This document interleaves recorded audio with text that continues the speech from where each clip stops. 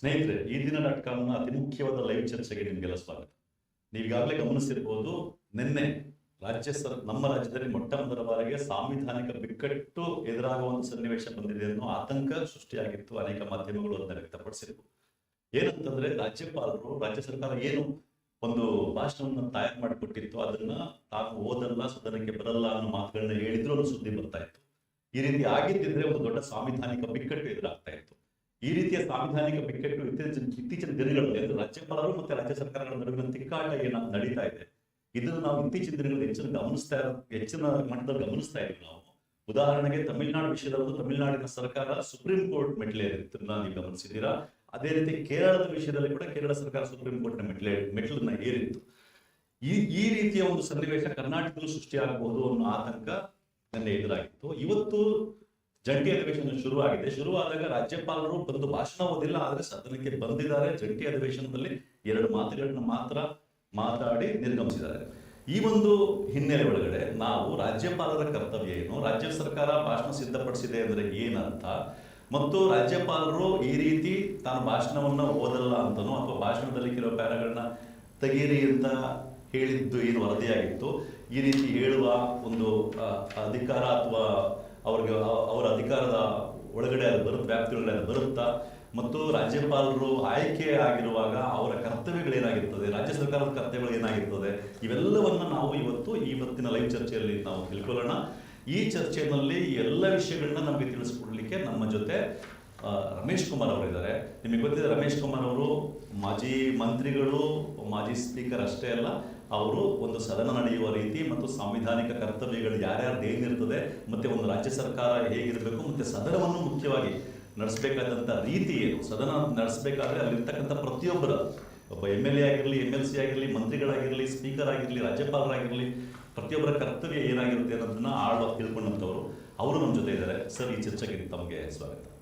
ಹಾಗೆಯೇ ನಮ್ಮ ಜೊತೆ ಹಿರಿಯ ಪತ್ರಕರ್ತರು, ಈ ದಿನ.comನ ಕನ್ಸಲ್ಟಿಂಗ್ ಎಡಿಟರ್ ಆದಂಥ ಹಾಗೂ ದೆಹಲಿನಲ್ಲಿ 27 ವರ್ಷಗಳ ಕಾಲ ಪ್ರಜಾವಾಣಿ ಸೇರಿದಂತೆ ಅನೇಕ ಪತ್ರಿಕೆಗಳ ದೆಹಲಿ ವರದಿಗಾರರಾಗಿ ಕೆಲಸ ಮಾಡಿದಂಥ ಡಿ ಉಮಾಪತಿ ಅವರು ಕೂಡ ನಮ್ಮ ಜೊತೆ ಇದ್ದಾರೆ. ಸರ್, ತಮಗೂ ಈ ಚರ್ಚೆಗೆ ಸ್ವಾಗತ.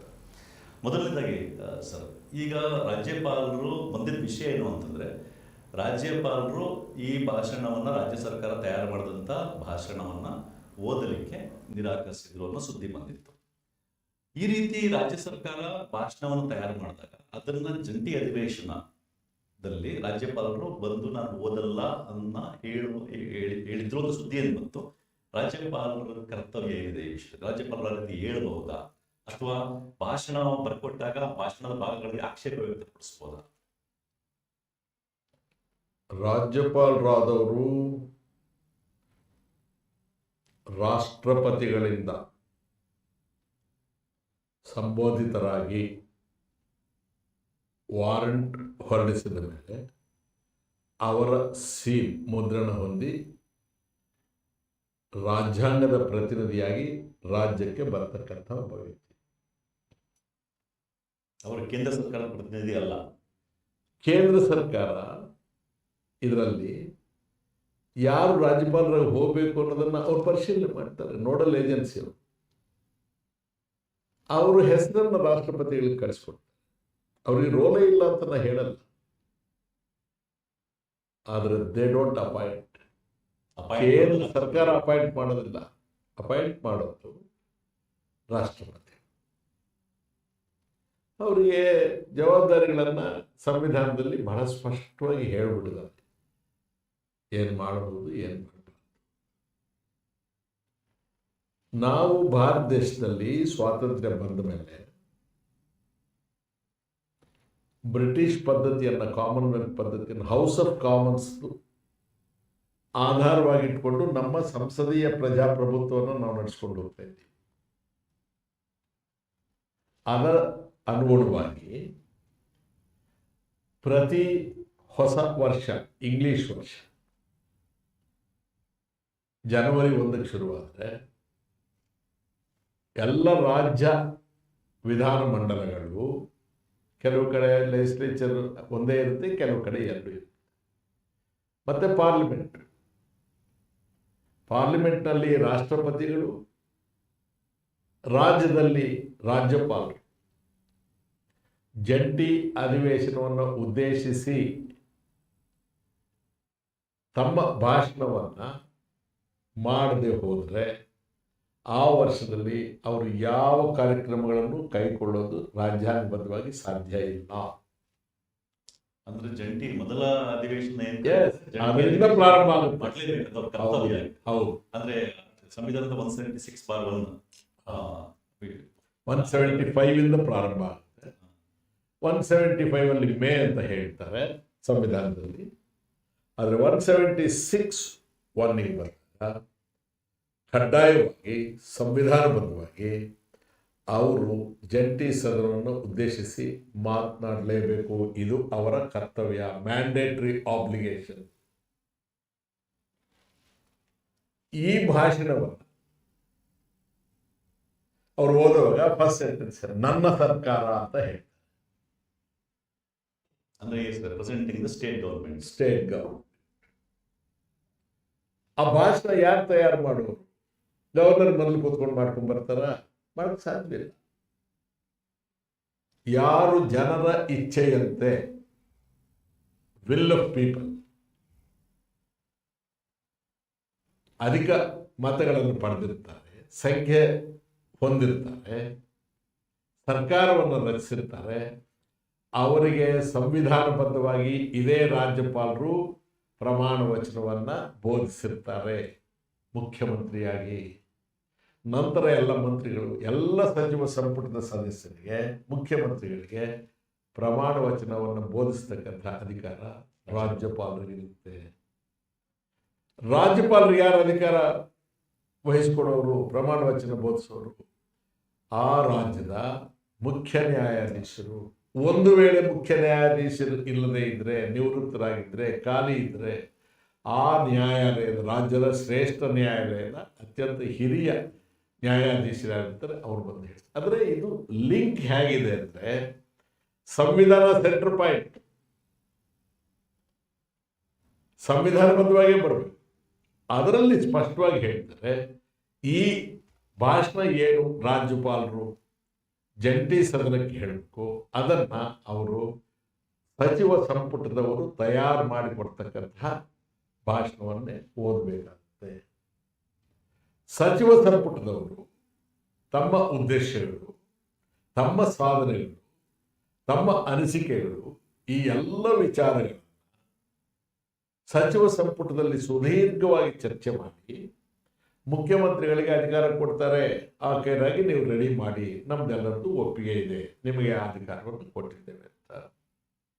ಕರಡು ತಯಾರಾದ ಮೇಲೆ ಇದು ರಾಜ್ಯಪಾಲರಿಗೆ ಹೋಗಬೇಕಾಗುತ್ತೆ.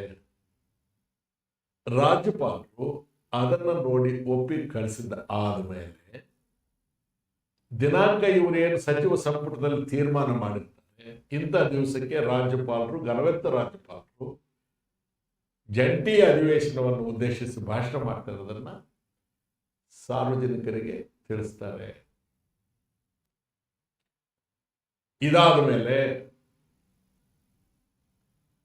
ಎರಡೂ ಮಂಡಲಗಳ ವಿಧಾನಸಭೆ ಮತ್ತು ವಿಧಾನ ಪರಿಷತ್ತಿನ ಕಾರ್ಯದರ್ಶಿಗಳು, ಸಭಾಧ್ಯಕ್ಷರು, ಸಭಾಪತಿಗಳು ಒಟ್ಟುಗೂಡಿ ಆಹ್ವಾನವನ್ನು ಕೊಡಲಿಕ್ಕೆ ರಾಜ್ಯಪಾಲರಲ್ಲಿಗೆ ಹೋಗ್ತಾರೆ. ತಾವು ದಯಮಾಡಿ ಇಂಥ ದಿವಸ ಬಂದು ಜಂಟಿ ಸದನವನ್ನು ಉದ್ದೇಶಿಸಬೇಕು. ಅವರು ಅದಕ್ಕೆ ಒಪ್ಪಿಗೆ. ಅದಾದ ಮೇಲೆ ರಾಜ್ಯಪಾಲರ ಸೆಕ್ರೆಟೇರಿಯೇಟ್ ಏನಿರುತ್ತೆ ಅಲ್ಲಿಂದ ಇದು ಮಾಡ್ತಾರೆ, ಸಮನ್ಸ್ ಇಶ್ಯೂ ಮಾಡ್ತಾರೆ. ಮಾನ್ಯ ರಾಜ್ಯಪಾಲರು ಇಂಥ ದಿವಸ ಇಷ್ಟು ಹೊತ್ತಿಗೆ ಜಂಟಿ ಸದನ ಉದ್ದೇಶಿಸಿ ಮಾತನಾಡಲಿಕ್ಕೆ ಬರ್ತಾರೆ ಅಂತ. ಆ ಸಮನ್ಸ್ ಇಶ್ಯೂ ಆದಮೇಲೆ ವಿಧಾನಸಭೆಯ ಮತ್ತು ವಿಧಾನ ಪರಿಷತ್ತಿನ ಕಾರ್ಯದರ್ಶಿಗಳಾಗಿರ್ತಕ್ಕಂಥವರು ಎಲ್ಲ ಮೆಂಬರ್ಸ್ ಯಾರಿರ್ತಾರೆ, ಎಲ್ಲ ಮೆಂಬರ್ಸ್ಗೆ ಪಕ್ಷ ಭೇದ ನೋಡದೆ ಆಯ್ಕೆಯಾಗಿರ್ತಕ್ಕಂಥ ಎಲ್ಲ ಸದಸ್ಯರಿಗೆ, ಮೇಲ್ಮನೆ ಸದಸ್ಯರಿಗೆ, ಕೆಳಮನೆ ಸದಸ್ಯರಿಗೆ ಇಷ್ಟು ಹೊತ್ತಿಗೆ ಜಾಯಿಂಟ್ ಸೆಷನ್ ಇದೆ, ರಾಜ್ಯಪಾಲರು ಬರ್ತಾ ಇದ್ದಾರೆ, ಇದು ನಿಮ್ಮ ಗಮನಕ್ಕೆ ತರ್ತಾ ಇದ್ದೀವಿ, ಹಾಜರಿರಬೇಕು, ಇಷ್ಟೊತ್ತಿಗೆ ನೀವು ನಿಮ್ಮ ಸೀಟ್ನಲ್ಲಿ ಇರಬೇಕು ಅಂತ ಅದಕ್ಕೆ ಬುಲೆಟಿನ್ ಅಂತ ಕರಿತೀವಿ. ಗವರ್ನರ್ ಸೆಕ್ರೆಟೇರಿಯಟ್ ಇಶ್ಯೂ ಮಾಡೋದು ಸಮನ್ಸ್, ಲೆಜಿಸ್ಲೇಚರ್ ಸೆಕ್ರೆಟೇರಿಯಟ್ ಇಶ್ಯೂ ಮಾಡೋದು ಬುಲೆಟಿನ್. ಮತ್ತು ರಾಜ್ಯಪಾಲರು ಬರಬೇಕು, ಬಂದಾಗ ಅವ್ರನ್ನ ಸ್ವಾಗತಿಸೋದು. ಇಬ್ಬರು ಕಾರ್ಯದರ್ಶಿಗಳು, ಸಭಾಧ್ಯಕ್ಷರು, ಸಭಾಪತಿಗಳು, ಮುಖ್ಯಮಂತ್ರಿಗಳು ಎಲ್ಲರೂ ಇರ್ತಾರೆ, ವಿರೋಧ ಪಕ್ಷದ ನಾಯಕರು. ಅವ್ರು ಬಂದ ತಕ್ಷಣ ಸೀಟಲ್ಲಿ ಕೂತ್ಕೊಳ್ತಾರೆ, ಓದ್ತೀನಿ ಅಂತ ಓದ್ಬೇಕು, ಪುಸ್ತಕ ಇಡ್ತಾರೆ. ಅಲ್ಲಿಯವರೆಗೆ ಆ ರಾಜ್ಯಪಾಲರ ಭಾಷಣದ ಪ್ರತಿ ಒಳಗೆ ಏನಿದೆ ಅಂತಕ್ಕಂಥದ್ದು ಈ ಜಗತ್ತಲ್ಲಿ ಯಾರಿಗೂ ಗೊತ್ತಿರಬಾರದು, ಗೊತ್ತಿರುವುದಿಲ್ಲ. ಸಚಿವ ಸಂಪುಟ, ರಾಜ್ಯಪಾಲರು ಅಷ್ಟೇ. ರಾಜ್ಯಪಾಲರು ಬಂದು ತಮ್ಮ ಸೀಟಲ್ಲಿ ಕೂತ್ಕೊಂಡ್ಮೇಲೆ ಆ ಪುಸ್ತಕನ ಅವ್ರ ಮುಂದೆ ಇಡ್ತಾರೆ. ನಂತರ ಎಲ್ಲ ಸದಸ್ಯರಿಗೂ ಹಚ್ತಾರೆ. ಒಂದು ಸಲ ಪುಸ್ತಕ ಅಲ್ಲಿ ಇಟ್ಟುಬಿಟ್ರೆ ಆ ರಾಜ್ಯಪಾಲರ ಭಾಷಣದ ಪ್ರತಿ ಆ ಪುಸ್ತಕ ಇರುತ್ತೆ, ಅದು ಸದನದ ವಸ್ತು ಆಗುತ್ತೆ. ಎಲ್ಲರಿಗೂ ಕೊಡ್ತಾರೆ, ಆಮೇಲೆ ಪ್ರತಿಯೊಬ್ಬರಿಗೂ ತಕ್ಷಣ ಒಂದು ನಿಮಿಷದಲ್ಲಿ ಸದನದ ವಸ್ತು ಆಗುತ್ತೆ. ರಾಜ್ಯಪಾಲರು ಭಾಷಣ ಶುರು ಮಾಡ್ತಾರೆ. then it becomes public document. Property of the house. It becomes property of the house. ರಾಜ್ಯಪಾಲರು ಹೇಳಿದ್ರು ಹೇಳಿಲ್ವೋ ನನಗೆ ಗೊತ್ತಿಲ್ಲ. ಬೆಳಗ್ಗೆ ಡೆಕ್ಕನ್ ಹೆರಾಲ್ಡ್ ನೋಡಿದಾಗ ಗವರ್ನರ್ ರೆಫ್ಯೂಸಸ್ ಟು ಅಡ್ರೆಸ್ ಅಂತ ಇತ್ತು. I am only going by that. ಒಂದು ವೇಳೆ ಅವರ ನಿರ್ಣಯ ತಗೊಂಡಿದ್ದರೆ ಬಂದು ಹೋಗಿದ್ದಾರೆ, ಈಗ ದಟ್ ಡಸಂಟ್ ಅರೈಸ್. ಅವಾಗ ತಾವು ಹೇಳಿದಂತೆ ಕಾನ್ಸ್ಟಿಟ್ಯೂಷನಲ್ ಕ್ರೈಸಿಸ್ ಯಾಕಂದ್ರೆ ರಾಜ್ಯಪಾಲರು ತಮ್ಮ ಸಾಂವಿಧಾನಿಕ ಕರ್ತವ್ಯದಿಂದ ವಿಮುಖರಾದಂಗೆ ಆಗ್ತಾ ಇತ್ತು. ಈಗ ಸೆಕೆಂಡ್ ಆಸ್ಪೆಕ್ಟ್, ನಾನು ಕೆಲವು ಪ್ಯಾರಾ ಸಬ್ಜೆಕ್ಷನಬಲ್ಲು, ನಾನು ಅವುಗಳನ್ನು ಓದೋದಿಲ್ಲ. ನೋ, ಅಂದ್ರೆ ಮಾನ್ಯ ರಾಜ್ಯಪಾಲರೇ, ರಾಜ್ಯ ಸರ್ಕಾರ ಸಿದ್ಧಪಡಿಸಿ ನಿಮಗೆ ಓದಲಿಕ್ಕೆ ಕೊಟ್ಟ ಭಾಷಣದ ಮಧ್ಯೆ ರಾಷ್ಟ್ರ ವಿರೋಧಿ, ರಾಷ್ಟ್ರಕ್ಕೆ ಅಪಾಯಕಾರಿಯಾಗ್ತಕ್ಕಂಥದ್ದು ಅಥವಾ ನಮ್ಮ ಸಂವಿಧಾನದ ಚೌಕಟ್ಟಿನಲ್ಲಿ ಮುದ್ರಣ ಮಾಡ್ತಕ್ಕಂಥದ್ದು, ಹಣ ಮುದ್ರಣ ಮಾಡ್ತಕ್ಕಂಥದ್ದು, ರೈಲ್ವೇಸು, ವಿದೇಶ, ಇಂಥ ಯಾವುದಾದ್ರೂ ವಿಚಾರಗಳು ರಾಜ್ಯ ಸರ್ಕಾರದ ವ್ಯಾಪ್ತಿಗೆ ಬರದೇ ಇರತಕ್ಕಂಥ ವಿಚಾರಗಳನ್ನು, ಅದರ ನೀತಿ ಬೇರೆ ಏನಾದರೂ ಪ್ರಸ್ತಾಪ ಮಾಡಿದರೂ ಕೂಡ ಇದು ನಮ್ಮ ವ್ಯಾಪ್ತಿಗೆ ಬರುವುದಿಲ್ಲ. ನಾನು ರಾಜ್ಯಾಂಗದ ಪ್ರತಿನಿಧಿ, ಅರಿವುಳ್ಳವನು, ನಾನು ಇದನ್ನು ಒಪ್ಪೋದಿಲ್ಲ, ಇದನ್ನು ತೆಗೆದುಹಾಕಿ ಅಂತ ಹೇಳಿ. ಅದನ್ನು ಬಿಟ್ಟು ಬೇರೆ ಏನೇ ಬೇರೆ ಏನಿದ್ರು ಕೂಡ ನಾನು ಸೆಂಟ್ರಲ್ ಗೌರ್ಮೆಂಟಿಂದ ಅಪಾಯಿಂಟ್ ಆಗಿದ್ದೀನಿ, ಇದು ಕೇಂದ್ರ ಸರ್ಕಾರಕ್ಕೆ ಮುಜುಗರ ಆಗ್ಬೋದು ಅಂತ ಹೇಳೋ ಅಧಿಕಾರ. ಹಾಗೆ ನೀವು ಹೇಳಿದ್ರೆ, ಮಾನ್ಯ ರಾಜ್ಯಪಾಲರೇ, ಅತ್ಯಂತ ಗೌರವದಿಂದ, ನಮ್ರತೆಯಿಂದ ತಮ್ಮಲ್ಲಿ ವಿನಂತಿ ಮಾಡ್ತೀನಿ, ತಾವು ರಾಜ್ಯಪಾಲರ ಹುದ್ದೆಯ ಘನತೆಯನ್ನು ಕುಗ್ಗಿಸ್ತಾ ಇದ್ದೀರಿ. ಸರ್, ಈಗ ತಾವು ದೆಹಲಿಯಲ್ಲಿದ್ದು ಅನೇಕ ವರ್ಷಗಳ ಕಾಲ ನೋಡ್ತಾ ಬಂದಿದ್ದೀರಿ ರಾಜ್ಯಪಾಲರು ಮತ್ತು ರಾಜ್ಯ ಸರ್ಕಾರಗಳ ನಡುವೆ, ಅದರಲ್ಲೂ ಆಪೋಸಿಟ್ ಪಾರ್ಟಿಯವರು ಇದ್ದಾಗ. ಬಟ್ ಕೇಂದ್ರ ಸರ್ಕಾರದಲ್ಲಿ ಒಂದು ಪಾರ್ಟಿ ಆಳ್ತಾ ಇರುತ್ತೆ, ಯಾವುದೇ ರಾಜ್ಯದಲ್ಲಿ ಅಧಿಕಾರದಲ್ಲಿರ್ತಕ್ಕಂಥ ಪಾರ್ಟಿ ಬೇರೆದಾಗಿದ್ದಾಗ ಆಗ ತಿಕ್ಕಾಟಗಳನ್ನ ನೋಡ್ತಾ ಬಂದಿದ್ದೀವಿ ಮೊದಲಿಂದ. ಅಂದರೆ ಕೇಂದ್ರದಲ್ಲಿ ಅಧಿಕಾರದಲ್ಲಿರ್ತಕ್ಕಂಥ ಪಕ್ಷಗಳು ರಾಜ್ಯಪಾಲರನ್ನ ತಮ್ಮ ಕೈಗೊಂಬೆಯಾಗಿ ಬಳಸ್ಕೊಂಡಿದ್ದಾವೆ ಅಂತ ಅನೇಕ ಪದಗಳು ಬಂದಿವೆ ಇಷ್ಟು ಸರಿ. ಆದರೆ ಬರ್ತಾ ಬರ್ತಾ ಈ ಒಂದು ತಿಕ್ಕಾಟ ಏನಿದೆ, ಈ ರೀತಿ ರಾಜ್ಯಪಾಲರು ಕೆಲವರು ನಡ್ಕೊಳ್ಳುವಂಥದ್ದು ಅದು ಬಹಳ ಒಂದು ಸಂವಿಧಾನಕ್ಕೆ ವಿರುದ್ಧವಾದ ರೀತಿ ಹೋಗ್ತಾ ಇರೋದು ನೋಡಿದ್ದೀವಿ. ಅದ್ರ ಬಗ್ಗೆ ತಾವೇನು ಹೇಳ್ತೀರಿ? ಉದಾಹರಣೆಗೆ ತಮಿಳುನಾಡಿನ ವಿಷಯ ಆಗಿರ್ಬೋದು, ಕೇರಳದ ಬಗ್ಗೆ, ಕೇರಳದಲ್ಲಿ ನಡೆದಿದ್ದಾಗಿರ್ಬೋದು, even West Bengal. Sir, Ramesh Kumar sir ಹೇಳಿದ ಪ್ರಕಾರ ರಾಜ್ಯಪಾಲರ ಹುದ್ದೆ ಒಂದು ಗಣರಾಜ್ಯ ತತ್ವದ ಒಂದು ಅಂಶ, ಒಂದು ಭಾಗ, inseparable part of federal politics. ಆ ಹುದ್ದೆ ರಾಜ್ಯ ಸರ್ಕಾರ ಮತ್ತು ಕೇಂದ್ರ ಸರ್ಕಾರನ ಒಟ್ಟಿಗೆ ತರುವಂಥ, ಬಂಧಿಸುವಂಥ ಒಂದು, ಬೆಸೆಯುವಂಥ ಒಂದು ಹುದ್ದೆ. ಅದನ್ನ ನೆಹರು ಕಾಲದಿಂದನೂ ಅಷ್ಟಿಷ್ಟು ದುರ್ಬಳಕೆ ನಡೀತಾನೆ ಬಂದಿದೆ. ಇವನ್ ಕೇರಳದಲ್ಲಿ ಕಮ್ಯುನಿಸ್ಟ್ ಸರ್ಕಾರವನ್ನು ಕಿತ್ತಾಕಿದ್ದ ಇರ್ಬೋದು, ನಂಬೂದಿರಿಪಾದ ಸರ್ಕಾರ ಕಿತ್ತಾಕಿದ್ದಿರ್ಬೋದು, ಅಲ್ಲಿಂದ ಹಿಡಿದು ಅದು ಚರಮ ಸೀಮೆಯನ್ನು ಮುಟ್ಟಿದ್ದು ಇಂದಿರಾ ಗಾಂಧಿಯವರ ಕಾಲದಲ್ಲಿ. ಇಂದಿರಾ ಗಾಂಧಿಯವರು ಕೂಡ ರಾಜಭವನಗಳನ್ನು ದುರುಪಯೋಗ ಮಾಡಿಕೊಂಡ್ರು. ಅವರು ರಾಜ್ಯಪಾಲರನ್ನ ಚೇಂಜ್ ಮಾಡಿದ್ರು, ರಾಜ್ಯಪಾಲರ ಕೈಗೊಂಬೆ, ರಾಜ್ಯಪಾಲರು ಕೇಂದ್ರದ ಕೈಗೊಂಬೆ ಅನ್ನೋ ಭಾವನೆ ಬಹಳ ದಟ್ಟವಾಗಿ ಚಾಲ್ತಿಗೆ ಬಂದಿದ್ದು ಇಂದಿರಾ ಗಾಂಧಿ ಅವರ ಕಾಲದಲ್ಲಿ. ಅದಾದ ನಂತರ ರಾಜ್ಯಪಾಲರ ಕರ್ತವ್ಯಗಳ ಬಗ್ಗೆ, ರಾಜ್ಯಪಾಲರು ಕೇಂದ್ರ ಸರ್ಕಾರದ ಕೈಗೊಂಬೆ ಆಗಿರೋದು, ಇಂಥದ್ರ ಬಗ್ಗೆ ಹೆಚ್ಚು ಚರ್ಚೆಗಳು ನಡೆಯಕ್ಕೆ ಶುರುವಾಯಿತು. ಮೀಡಿಯಾದಲ್ಲಿ ಚರ್ಚೆ ಶುರುವಾಯಿತು, ಚಿಂತಕರು, ಪತ್ರಕರ್ತರು ಅದರ ಬಗ್ಗೆ ಬರೆದ್ರು. ಅದಾದ ನಂತರ ಒಂದು ಸ್ವಲ್ಪ ಮಟ್ಟಿಗೆ ಒಂದು ಸ್ಟೆಬಿಲಿಟಿ, ರಾಜ್ಯಪಾಲರ ಕರ್ತವ್ಯ ಏನು, ಅವರ ಮಿತಿಗಳೇನು ಅನ್ನೋದ್ರ ಬಗ್ಗೆ ಒಂದು ಕಲ್ಪನೆ ಜನರಲ್ ಆಗಿ ಬೆಳೀತು. ಆಗ ಅದೊಂದು ಸ್ಥಿರತೆನ ಗಳಿಸ್ಕೊಳ್ತಾ ಹೋಯ್ತು. ಬಟ್ ಈಗ ಕಳೆದ 12 ವರ್ಷಗಳಿಂದ ಮತ್ತೆ ಇಂದಿರಾ ಗಾಂಧಿ ಅವರ ಕಾಲದಲ್ಲಿ ಯಾವ ಮಟ್ಟಕ್ಕಿತ್ತೋ ಆ ಮಟ್ಟದ ಹಲವು ಪಟ್ಟು ಹೆಚ್ಚು ರಾಜ್ಯಪಾಲರ ದುರ್ಬಳಕೆ ನಡೀತಾ ಇದೆ. ಅದು ಎಷ್ಟರ ಮಟ್ಟಿಗೆ ಅಂದ್ರೆ ರಾಜ್ಯ ಸರ್ಕಾರ ಮತ್ತೆ ಕೇಂದ್ರ ಸರ್ಕಾರದ ನಡುವಿನ ತಿಕ್ಕಾಟ ಮಟ್ಟಿಗೆ ಹೋಗಿದೆ. ಅದು ಶುರುವಾಗಿದ್ದು ಪಶ್ಚಿಮ ಬಂಗಾಳದ ರಾಜ್ಯಪಾಲರು ಅಲ್ಲಿನ TMC ಸರ್ಕಾರನ ತುಳಿದಿಡುವಂತ ಎಲ್ಲ ಪ್ರಯತ್ನಗಳನ್ನ ನಡೆಸಿದ್ರು. ಸೊ ಅದೇ ಪ್ಯಾಟರ್ನ್ ಸೌತ್ ಅಲ್ಲಿ ಕಂಟಿನ್ಯೂ ಆಗ್ತದೆ. ಯಾಕೆ ದಕ್ಷಿಣ ಭಾರತದಲ್ಲಿ ಕಂಟಿನ್ಯೂ ಆಗ್ತಿದೆ ಅಂದ್ರೆ, ದಕ್ಷಿಣ ಭಾರತದಲ್ಲಿ BJP ಸರ್ಕಾರಗಳು ಬಂದಿಲ್ಲ. ಬರೀ ಕರ್ನಾಟಕದಲ್ಲಿ ಆವಾಗ ಬಂದಿರೋದು ಬಿಟ್ರೆ ತಮಿಳುನಾಡು ಮತ್ತೆ ಕೇರಳ BJP ಸರ್ಕಾರ ಇಲ್ಲ. ಆದ್ರಿಂದ ಕೇಂದ್ರ ಸರ್ಕಾರದ ಒಂದು ಕಾರ್ಯಸೂಚಿ ಏನಿದೆ, ಮೋದಿ ಅವರ ಸರ್ಕಾರದ ಕಾರ್ಯಸೂಚಿ ಏನಿದೆ, ವಿರೋಧ ಪಕ್ಷಗಳ ಸರ್ಕಾರಗಳನ್ನ ಅಸ್ಥಿರಗೊಳಿಸುವಂತ ಪ್ರಯತ್ನ. ಆ ಅಸ್ಥಿರಗೊಳಿಸುವಂತ ಪ್ರಯತ್ನಕ್ಕೆ ಅವರು ರಾಜ್ಯಪಾಲರ ಹುದ್ದೆನ ದುರ್ಬಳಕೆ ಮಾಡ್ಕೊಳ್ತಾ ಇದ್ದಾರೆ. ನಾನು ಜರ್ನಲಿಸ್ಟ್ ಆಗಿ ಇದನ್ನು ಹೇಳ್ಬೋದು. ಆ ದುರ್ಬಳಕೆ ಆಗ್ತಾ ಇದೆ.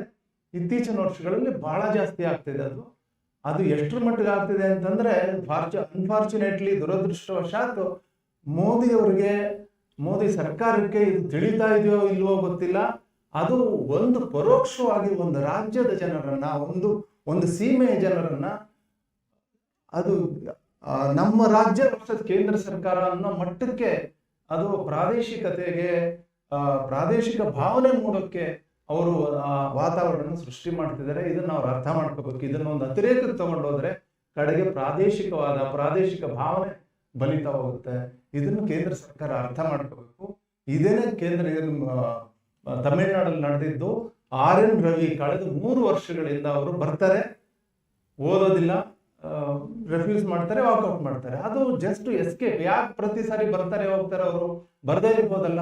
ಸರ್ ಹೇಳ್ದಂಗೆ ಅಲ್ಲೊಂದು ಸಾಂವಿಧಾನಿಕ ಬಿಕ್ಕಟ್ಟು ಸೃಷ್ಟಿ ಆಗ್ತದೆ ಅವ್ರು ಬರ್ದೇ ಹೋದ್ರೆ.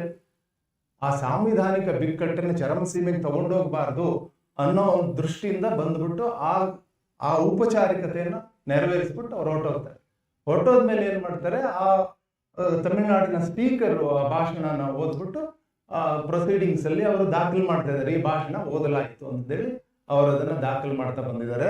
ಇದರಲ್ಲಿ ಬಹಳ ಮುಖ್ಯವಾಗಿ ಹೇಳ್ಬೇಕು ಅಂತಂದ್ರೆ, ಬಸವರಾಜ್, ತಮಿಳುನಾಡಿನ ಸ್ಪೀಕರ್ ತಮಿಳುನಾಡಿನ ಅಸೆಂಬ್ಲಿನಲ್ಲಿ ತಮಿಳ್ ತಾಯಿ ವಾಳ್ತೆ ಅಂತ, ನಾವು ಹೆಂಗೆ ನಾಡಗೀತೆನ ಹೇಳ್ತೀವೋ ಹಂಗೆ ಅವರು ನಾಡಗೀತೆಯಿಂದ ಶುರು ಆಗುತ್ತೆ, ರಾಷ್ಟ್ರಗೀತೆಯಿಂದ ಎಂಡ್ ಆಗ್ತದೆ, ಜನಗಣಮನದಿಂದ ಎಂಡ್ ಆಗುತ್ತೆ. ಅದರಲ್ಲಿ ಏನು ಅಂತ ದೊಡ್ಡ ಅಪರಾಧ ಅಂತ ನನಗೆ ಗೊತ್ತಾಗಲ್ಲ. ಯಾಕೆ ಅಂತಂದ್ರೆ ರಾಜ್ಯಪಾಲರ ಭಾಷಣ ನಡೆಯೋದು 1 ತಾಸು ಅಥವಾ 1.5 ತಾಸು ಆ ಇಡೀ ನಡೀಬಹುದು. 1.5 ತಾಸಲ್ಲಿ ರಾಷ್ಟ್ರಗೀತೆನೂ ಬರುತ್ತೆ, ನಾಡಗೀತೆನೂ ಬರುತ್ತೆ. ಅದರಲ್ಲಿ ಅಂಥ ಅಪರಾಧ ಏನು? ಅದನ್ನ ಅವರು ದೊಡ್ಡ ಇಶ್ಯೂ ಮಾಡಿದ್ದಾರೆ. ಅವರು ಪೆರಿಯಾರ್ ಹೆಸರು ಹೇಳಕ್ಕೆ ಅವರು ತಿರಸ್ಕಾರ ಮಾಡಿದ್ದಾರೆ. ಆ ರಾಜ್ಯಪಾಲರ ಭಾಷಣದಲ್ಲಿ ಪೆರಿಯಾರ್ ಹೆಸರು ಇರಬಾರ್ದು, ಅಂಬೇಡ್ಕರ್ ಹೆಸರು ಇರಬಾರ್ದು, ಅಣ್ಣಾದುರೈ ಹೆಸರು ಇರಬಾರ್ದು. ಇದೆಂತ ಆ ಪ್ರದೇಶದ ರಾಜ್ಯದ ಅಸ್ಮಿತೆಯನ್ನು ನೀವು ಪ್ರಶ್ನೆ ಮಾಡಿದ್ರೆ ಬಂದ್ರೆ ಕುವೆಂಪು ಹೆಸರು ಇರಬಾರ್ದು, ನಿಜಲಿಂಗಪ್ಪ ಹೆಸರು ಇರಬಾರ್ದು, ಹೆಸರು ಇರಬಾರ್ದು ಅಂತ ಹೇಳಿದ ಪ್ರಕಾರ ಅದು. ಆದ್ರಿಂದ ನೀವು ಆ ಪ್ರಾದೇಶಿಕ ಅಸ್ಮಿತೆನ ನಿರಾಕರಿಸ್ತಾ ಇದ್ದೀರಿ. ಇದು ಬಹಳ ದೊಡ್ಡ ತಪ್ಪಾಗ್ತದೆ. ಕೇರಳದಲ್ಲೂ ಕೂಡ ಹಿಂಗಾಗಿದೆ. ಕೇರಳದಲ್ಲಿ ಒಂದು ನಡುಮಾರ್ಗನ ಅವರು ಅನುಸರಿಸಿದ್ದಾರೆ. ಅದು ಕೂಡ ಸರಿಯಲ್ಲ. ಅವರು ಕೇರಳದಲ್ಲಿ ರಾಜೇಂದ್ರ ಅರ್ಲೇಕರ್ ರಾಜ್ಯಪಾಲರು, ಕೇರಳದ ರಾಜ್ಯಪಾಲರು ಕೇರಳದ ವಾಮರಂಗ ಸರ್ಕಾರ ಸಿದ್ಧಪಡಿಸಿಕೊಟ್ಟ ಭಾಷಣದಲ್ಲಿ ಕೆಲವು ಭಾಗಗಳನ್ನ ಅವರು ಓದದೆ ಕೈ ಬಿಟ್ಟಿದ್ದಾರೆ. ಸರ್, ಈಗ ತಾವು ಹೇಳಿದ್ರಿ, ಈಗ ರಾಜ್ಯಪಾಲರು ರಾಜ್ಯ ಸರ್ಕಾರ ಏನ್ ಸಿದ್ಧಪಡಿಸುತ್ತೆ ಭಾಷಣ, ಅದರಲ್ಲಿ ದೇಶ ವಿರೋಧಿ ಯಾವ್ದಾದ್ರು ಇದ್ರೆ ಅಥವಾ ರಾಜ್ಯ ಸರ್ಕಾರದ ಪರಿಧಿಗೆ ಬರದೇ ಇರುವಂಥದ್ದು ಇದ್ರೆ ಅದನ್ನ ನಾನು ಓದಲ್ಲ ಅಂತ ಹೇಳ್ಬೋದೆ, ಬಿಟ್ರೆ ಇನ್ಯಾವುದೇ ಇದ್ರೂ ಅದನ್ನ ಓದಲೇಬೇಕಾಗಿರೋ ಅವ್ರ ಕರ್ತವ್ಯ ಅಂತ ತಾವು ಹೇಳಿದೆ. ಈಗ ಉದಾಹರಣೆಗೆ ಇಲ್ಲಿ ಡೆಕ್ಕನ್ ಹೆರಾಲ್ಡ್ ಆಗಿರಲಿ, ಪ್ರಜಾವಾಣಿಯಲ್ಲಿ ನಾನು ಗಮನಿಸಿದ ಹಾಗೆ ಬಂದಿರೋ ಇದೇನಂತಂದ್ರೆ, ಈಗ ಸಿದ್ಧಪಡಿಸಿದ ಭಾಷಣದಲ್ಲಿ ಮುಖ್ಯವಾಗಿ ರಾಜ್ಯ ಸರ್ಕಾರ ಏನ್ ಮಾಡಿದೆ, ಒಂದು ವಿಷಯವಾಗಿ ನರೇಗಾವನ್ನ ರದ್ದು ಮಾಡಿ BBG ರಾಮ್ ಜಯಂತಿ ಸ್ಕೀಮ್ ಕೇಂದ್ರ ಸರ್ಕಾರ ಅದಕ್ಕೆ ಸಂಬಂಧಪಟ್ಟಂತೆ ಕೆಲವು ವಿಷಯಗಳನ್ನ ಸೇರಿಸಿದೆ. ಅದು ರೈತರ ವಿರೋಧಿ, ಬಡವರ ವಿರೋಧಿ, ಮತ್ತೆ ಈ ಇವತ್ತು ದೊಡ್ಡ ಮಟ್ಟದಲ್ಲಿ ನಿರುದ್ಯೋಗ ಇದ್ದಾಗ ಉದ್ಯೋಗ ಸೃಷ್ಟಿಯ ವಿರೋಧಿ ಅನ್ನೋ ಇದರಲ್ಲಿ ಅದನ್ನ ಸೇರಿಸಿದೆ. ಅದಕ್ಕೆ ರಾಜ್ಯಪಾಲರು ಆಕ್ಷೇಪ ವ್ಯಕ್ತಪಡಿಸಿದ್ದಾರೆ ಅಂತ ಇದೆ. ಈಗ ಒಂದು ರಾಜ್ಯ ಸರ್ಕಾರವಾಗಿ ಕೇಂದ್ರ ಸರ್ಕಾರ ಏನೋ ಒಂದು ತೀರ್ಮಾನ ತಗೊಂಡಿದೆ, ಆ ತೀರ್ಮಾನ ತನ್ನ ರಾಜ್ಯದ ಜನರಿಗೆ ಒಳ್ಳೇದು ಮಾಡಲ್ಲ ಅಂತಿದ್ದಾಗ ರಾಜ್ಯ ಸರ್ಕಾರ ಅದನ್ನ ಸೇರಿಸಿರುತ್ತದೆ. ಇದಕ್ಕೆ ಆಕ್ಷೇಪ ವ್ಯಕ್ತಪಡಿಸಿದ್ದಾರೆ ಅಂತ ಸುದ್ದಿಗಳು ಬರ್ತಾ ಇದೆ. ಒಟ್ಟಾರೆಯಾಗಿ ಈ ಒಂದು ಹಿನ್ನೆಲೆ ಒಳಗಡೆ ಇವತ್ತು ರಾಜ್ಯಪಾಲರು ಏನ್ ಮಾಡಿದ್ದಾರೆ, ಕಡೆಗೂ ಭಾಷಣ ಓದಿಲ್ಲ, ಬಂದಿದ್ದಾರೆ, ಎರಡು ಮಾತಾಡಿ ಹೊರಟಿದ್ದಾರೆ. ಇದೇ ರೀತಿ ಉಮಾಪತಿಯವರು ಹೇಳಿದಾಗೆ ತಮಿಳುನಾಡು ರಾಜ್ಯಪಾಲರು ಪದೇ ಪದೇ ಮಾಡ್ತಾ ಇದ್ದಾರೆ. ನಮ್ಮ ರಾಜ್ಯದಲ್ಲಿ ಈ ಹಿಂದೆ ಭಾರದ್ವಾಜ್ ಅವರು ಒಮ್ಮೆ ಓದಿದ್ದೀನಿ ಅಂತ ಅನ್ಕೊಳ್ಳಿ ಅಂತೇಳಿ ಕೆಲವೇ ಭಾಗನ ಓದಿ ಹೋಗಿದ್ರು ಅಂತ ಒಂದಿದೆ. ಮತ್ತೆ ಖುರ್ಷಿದ್ ಅಲಂ ಖಾನ್ ಕೂಡ ಕೆಲವು ಸೆಲೆಕ್ಟಿವ್ ಭಾಗಗಳನ್ನ ಮಾತ್ರ ಅವರು ಒಮ್ಮೆ ಓದಿದ್ರು ಅಂತ ಇದೆ ಸರ್. ಈಗ ರಾಜ್ಯಪಾಲರು ಇವತ್ತಿನ ಸನ್ನಿವೇಶಕ್ಕೆ ಬಂದಾಗ ಸುಮ್ಮನೆ ವೆಲ್ ವಿಷರ್ ಆಗಿ ಎರಡೇ ಸೆಂಟೆನ್ಸ್ ಮಾತ್ರ ಹೊರಟಿದ್ದಾರೆ. ತಾವು ಹೇಳಿದ್ರಿ ಓದಲೇಬೇಕು ಅವ್ರ ಕರ್ತವ್ಯ ಅಂತ. ಈ ಒಂದು ಸನ್ನಿವೇಶ ನಾವೇನು ನೋಡ್ಬೇಕಾಗ್ತದೆ, ಒಂದು ಕಡೆ ರಾಜ್ಯಪಾಲರು ಅವರ ಕರ್ತವ್ಯವನ್ನು ಸರಿಯಾಗಿ ಮಾಡಿದ್ದಾರ, ಈ ಸನ್ನಿವೇಶ ರಾಜ್ಯ ಸರ್ಕಾರದ ಮುಂದೆ ಇರೋ ಇಶ್ಯೂಸ್ ಬರುತ್ತೆ. ಒಂದು, ರಾಜ್ಯ ಸರ್ಕಾರ ಅಥವಾ ರಾಜ್ಯ ವಿಧಾನಸಭೆ ಕೇಂದ್ರ ಸರ್ಕಾರದ ಅಧೀನವೇ ಅಲ್ಲ. ಇವೆರಡೂ ಕೂಡ ಸಂಪೂರ್ಣ ಸ್ವತಂತ್ರ ಸಂಸ್ಥೆಗಳು, ಕೇಂದ್ರ ಸರ್ಕಾರ ಮತ್ತು ರಾಜ್ಯ ಸರ್ಕಾರ. Parliament and Assembly also. Parliament and Assembly also. Assembly is not a subordinate body of the Parliament. They are independent. ಇವರ ಫಂಕ್ಷನ್ಸು, ರೋಲ್ಸು ಎಲ್ಲ ಕ್ಲಿಯರ್ ಕಟ್ ಆಗಿ ಹೇಳಿದ್ರು. ಆದ್ರೆ ದಿನೇ ನಮ್ಮ ಉಮಾಪತಿಯವರು ಒಂದು ಮಾತು ಹೇಳಿದ್ರು, ಫೆಡರಲ್ ಅಂತ. ಈಗ USSR ಇತ್ತು, ಈಗಿಲ್ಲ. ಏನು USSR? United Soviet socialist republic. ಆ ಎಲ್ಲ ಸಣ್ಣ ಸಣ್ಣ ದೇಶಗಳೆಲ್ಲ ಸೇರಿ, ರಾಜ್ಯಗಳೆಲ್ಲ ಸೇರಿ ಒಂದು ಒಕ್ಕೂಟ ಮಾಡಿಕೊಂಡು ಸೋವಿಯತ್ ಯೂನಿಯನ್ ಮಾಡಿಕೊಂಡು, Indian union is a republic of states. There is no India without the republic. Yes, without the states. ದಯಮಾಡಿ ಒಂದು ಕ್ಷಣ ರವೀಂದ್ರನಾಥ ಟ್ಯಾಗೋರ್ ಅವರನ್ನ ನೆನಪು ಮಾಡಿಕೊಳ್ಳಿ. ಜನ ಗಣ ಮನ ಅಧಿನಾಯಕ ಜಯ. ಏನು ಗಣ ಅಂದ್ರೆ ಏನು? ರಿಪಬ್ಲಿಕ್. ರಿಪಬ್ಲಿಕ್ ಅಂದ್ರೆ ಏನು? Union of States. ನಾವೆಲ್ಲರೂ ಕೂಡ ಇಂಡಿಪೆಂಡೆಂಟ್ ಬಾಡೀಸ್. ನಾನು ಯೂನಿಯನ್ಗೆ, ದೇಶಕ್ಕೆ ಅಪಾಯ ಅಲ್ಲದ್ದು, ದೇಶಕ್ಕೆ, ದೇಶದ ಸಮಗ್ರತೆಗೆ ಅಪಾಯ ತರದೇ ಇರ್ತಕ್ಕಂಥದ್ದು ಯಾವುದೇ ವಿಚಾರವನ್ನು ನಾನು ಪ್ರಸ್ತಾಪ ಮಾಡದೇ ಇಲ್ಲ. ನಿಮ್ಮದೊಂದು ನೀತಿ, ನನ್ನದೊಂದು ನೀತಿ, ನಿಮ್ಮ ಒಂದು ನೀತಿ ನನಗೆ ಸಮಾಧಾನವಿಲ್ಲ, ಅದು ಹೇಳುವ ಅಧಿಕಾರ ನನಗಿದೆ. ನಿಮಗೆ ಕೇಂದ್ರದಲ್ಲಿ ಪರಿಪಾಲನೆ ಮಾಡೋದಕ್ಕೆ ಈ ದೇಶದ ಜನ ಅಭಿಮತ ಕೊಟ್ಟಿದ್ದಾರೆ. ನಾವು ಪ್ರಜಾಪ್ರಭುತ್ವ ವ್ಯವಸ್ಥೆಯಲ್ಲಿ ಅದನ್ನು ಒಪ್ಪಿಕೊಂಡಿದ್ದೇವೆ. ಅದೇ ರೀತಿ ರಾಜ್ಯದಲ್ಲಿ ಚುನಾವಣೆ ನಡೆದಾಗ ನಿಮ್ಮ ಅಭಿಪ್ರಾಯಕ್ಕೆ ವಿರುದ್ಧವಾಗಿ ಇನ್ನೊಂದು ಆಲೋಚನೆ ಇರ್ತಕ್ಕಂಥ ಮತ್ತೊಂದು ಪಕ್ಷಕ್ಕೆ ಅಧಿಕಾರ ಕೊಟ್ಟಿದ್ದಾರೆ. ಅವರ ಆಲೋಚನಾ ಸ್ವಾತಂತ್ರ್ಯವನ್ನು ತೆಗೆದುಕೊಳ್ಳುವ ಅಧಿಕಾರ ನಿಮಗಿಲ್ಲ. ನಿಮ್ಮ ಕೆಲವು ವಿಚಾರಗಳನ್ನು ಅವರು ಆಕ್ಷೇಪ ಮಾಡಿದ್ರೆ ಅದಕ್ಕೆ ನಾನು ಒಪ್ಪೋದಿಲ್ಲ ಅಂತಂದ್ರೆ, you are not an appointee of the government of India. Government of India, union ministry, they are a nodal agency. Let it be very very clear. And we are a federal republic of what nature? Unitary. ಎಲ್ಲರನ್ನು ಮಣಿಪುರದಿಂದ ಹಿಡಿದು ಸಿಕ್ಕಿಂನಿಂದ ಹಿಡಿದು ಅರುಣಾಚಲ್ ಪ್ರದೇಶ ನಾವು ಎಲ್ಲರೂ ಕೂಡ ಸಾವರನ್ republic ಆಗಿದ್ದೇವೆ.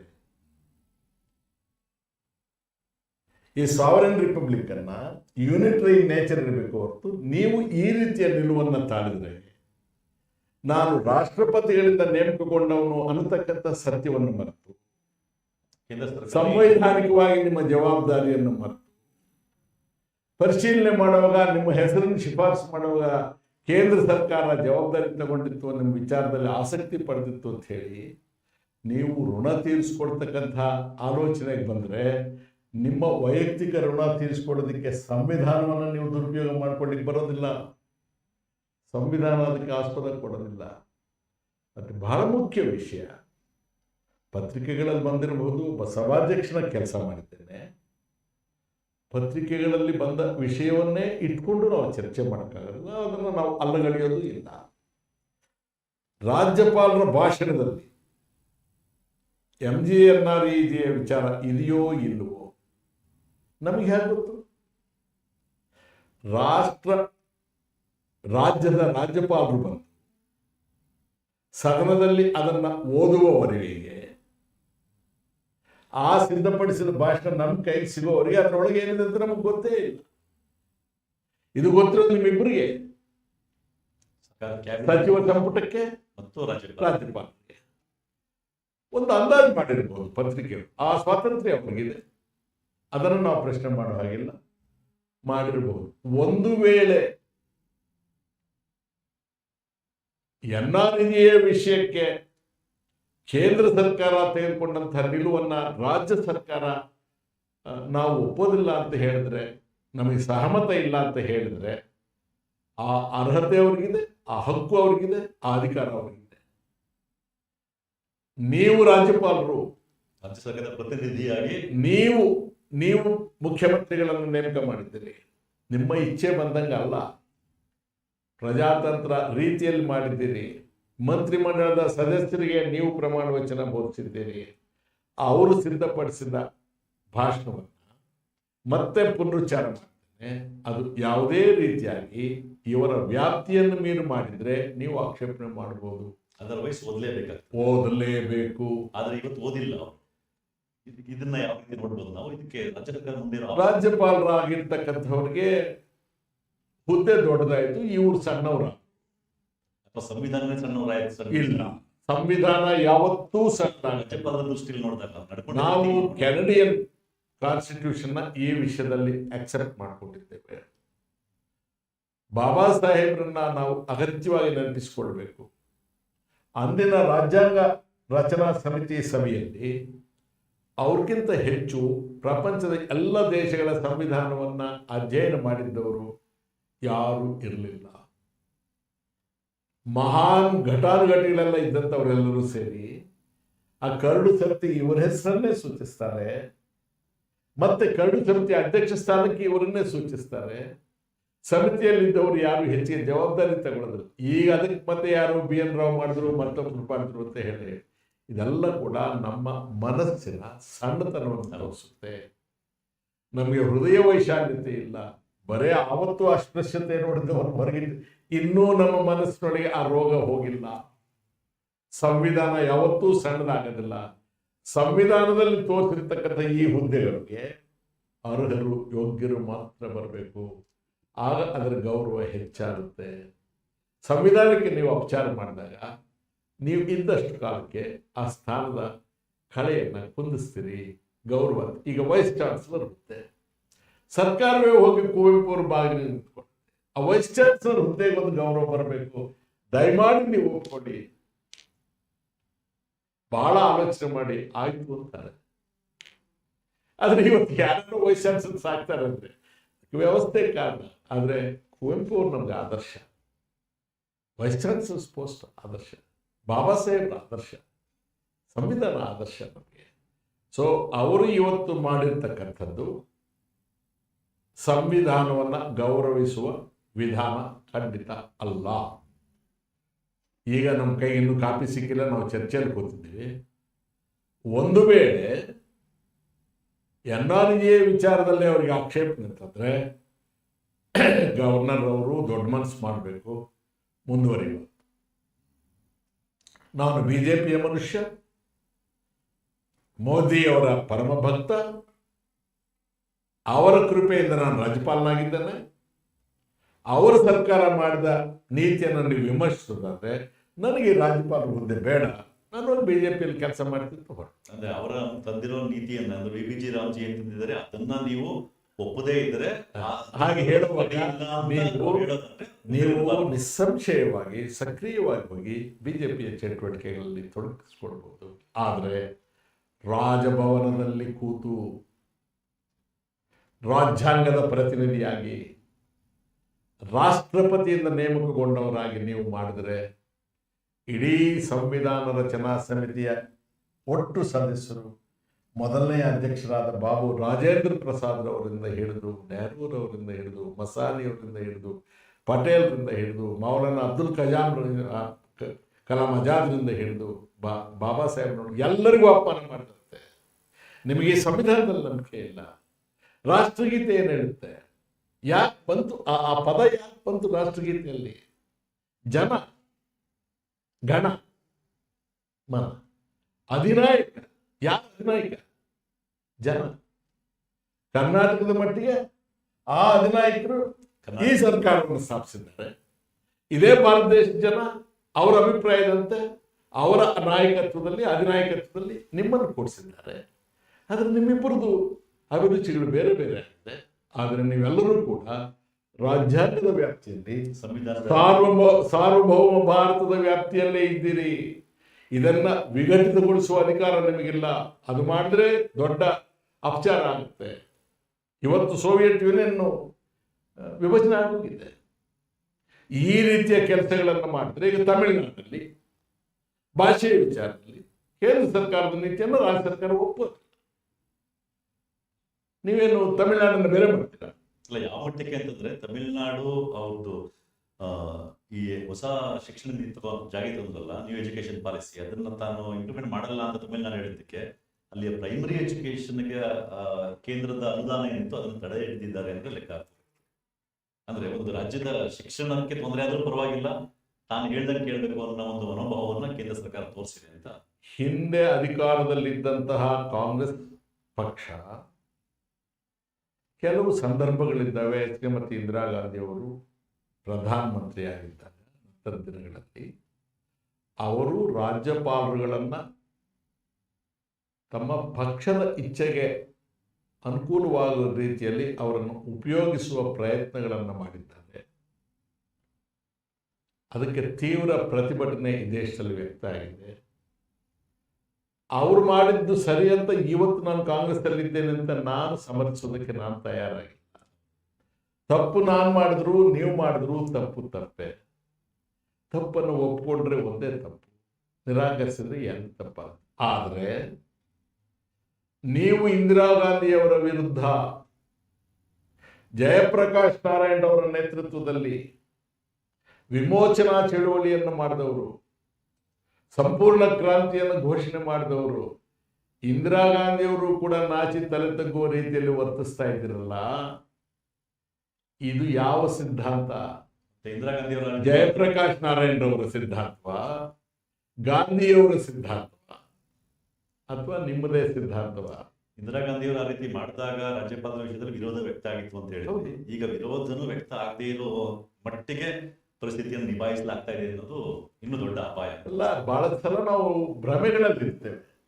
ನಮ್ಮ ಭ್ರಮೆಗಳು ಇಂದಿರಾ ಗಾಂಧಿಯವ್ರಿಗೂ ಕೂಡ 71ರಲ್ಲಿ ಅಷ್ಟು ದೊಡ್ಡ ಮೆಜಾರಿಟಿಯಲ್ಲಿ ಗೆದ್ದಂಥವ್ರಿಗೆ 78ರಲ್ಲಿ ತಾನೂ ಸಂಜಯ್ ಗಾಂಧಿ ಇಬ್ಬರು ಲೋಕಸಭೆಗೂ ಕೂಡ ಆರಿಸಿ ಬರದೇ ಇರೋಷ್ಟರ ಮಟ್ಟಿಗೆ ಜನರಿಗೆ ಸಿಟ್ಟಿದೆ ಅಂತ ಕಲ್ಪನೆ ಇರಲಿಲ್ಲ. ಗೊತ್ತಿದ್ರೆ ಚುನಾವಣೆ ಮಾಡ್ತಿದ್ರ? ಯಾರಾದರೂ ಮಾಡ್ತಾರ? ಅವತ್ತು ಈ ಯಾವ ಸಲಕರಣೆಗಳು ಇರಲಿಲ್ಲ. ನಿಮ್ಮ ಟಿವಿ ಇಲ್ಲ, ನಿಮ್ಮ ಮೊಬೈಲ್ ಇಲ್ಲ, ನಿಮ್ಮ ಯಾವ ಸೋಷಿಯಲ್ ಮೀಡಿಯಾ ಇರಲಿಲ್ಲ. ಮತ್ತೆ ಹೇಗೆ ಇಡೀ ಜನ ಒಂದಾಗಿ ಒಂದು ನಿರ್ಣಯಕ್ಕೆ ಬರ್ತಾರೆ?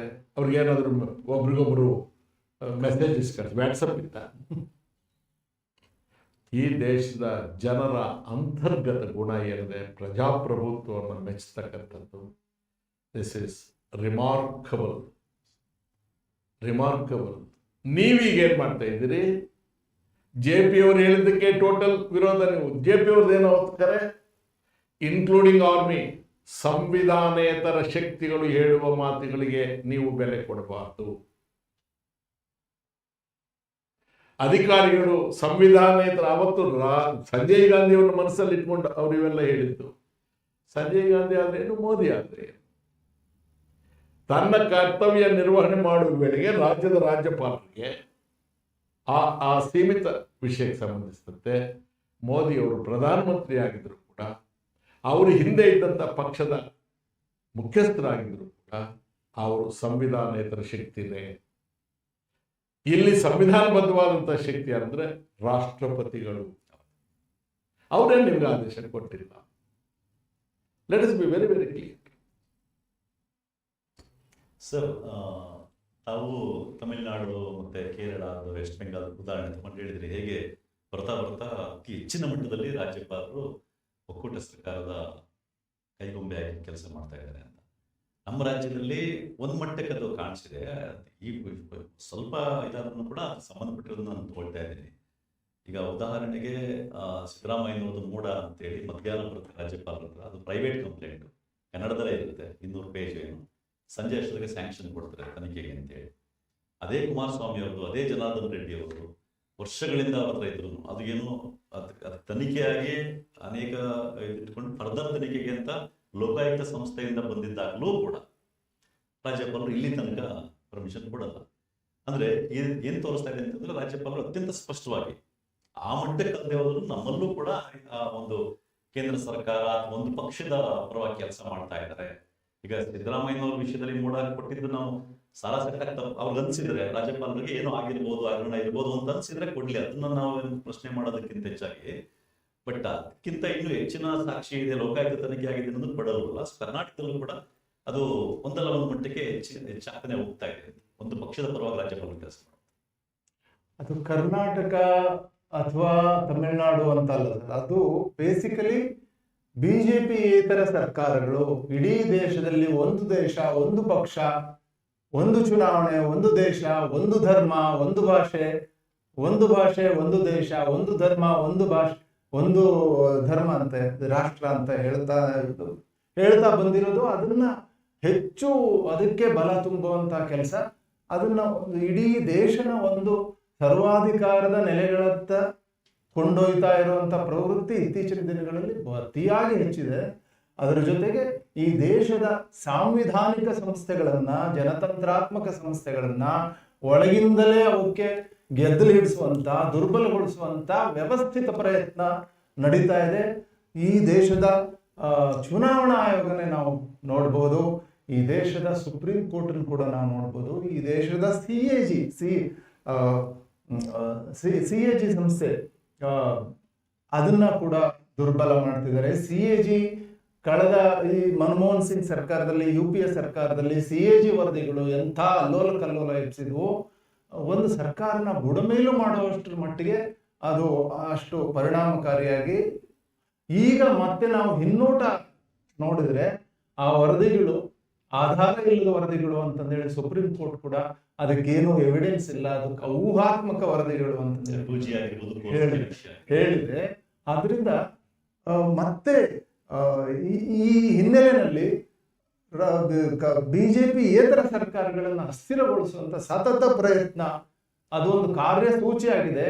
ಆ ಕಾರ್ಯಸೂಚಿಯ ಜೊತೆಗೆ ರಾಜ್ಯಪಾಲರುಗಳನ್ನ ನೇಮಕ ಮಾಡಿ ರಾಜಭವನಗಳಿಗೆ, ಈಗ ಲೋಕಭವನಗಳಿಗೆ ಅವರನ್ನ ಕಳಿಸಲಾಗ್ತಾ ಇದೆ.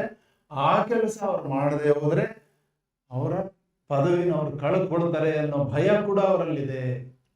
ಸೊ ಇಂಥದನ್ನು ಸೃಷ್ಟಿ ಮಾಡಿರೋದು ಸಂವಿಧಾನವೇ ಪರಮೋಚ್ಚ, ಸಾರ್ವಭೌಮ ನಿಜವಾಗಲೂ ಕೂಡ ಅಂತ ಅನ್ನೋದನ್ನ, ಆ ತತ್ವನ ಗಾಳಿಗೆ ತೋರ್ತಾ ಇದ್ದಾರೆ. ಸಂವಿಧಾನನ ಬೀಲಿಟ್ಲ್ ಅಥವಾ ಸಣ್ಣದು ಮಾಡೋ ಪ್ರಯತ್ನ ವ್ಯವಸ್ಥಿತವಾಗಿ ನಡೀತಾ ಇದೆ. ಆ ಇಡೀ ಒಂದು ಲಾರ್ಜರ್ ಷಡ್ಯಂತ್ರ ಏನಿದೆ, ಆ ವಿಶಾಲ ಪಿತೂರಿ, ಹುನ್ನಾರ, ಅದರ ಭಾಗ ರಾಜ್ಯಪಾಲರುಗಳಾಗಿದ್ದಾರೆ. ಇದು ಹೆಚ್ಚಾಗಿ ಬಿಜೆಪಿ ಏತರ ಸರ್ಕಾರ. ಈಗ ಬಿಜೆಪಿನೇ ಅಧಿಕಾರದಲ್ಲಿರುವಂತಹ ರಾಜ್ಯಗಳಲ್ಲಿ ಯಾಕಿಂತ ತಿಕ್ಕಾಟಗಳು ಬರೋದಿಲ್ಲ?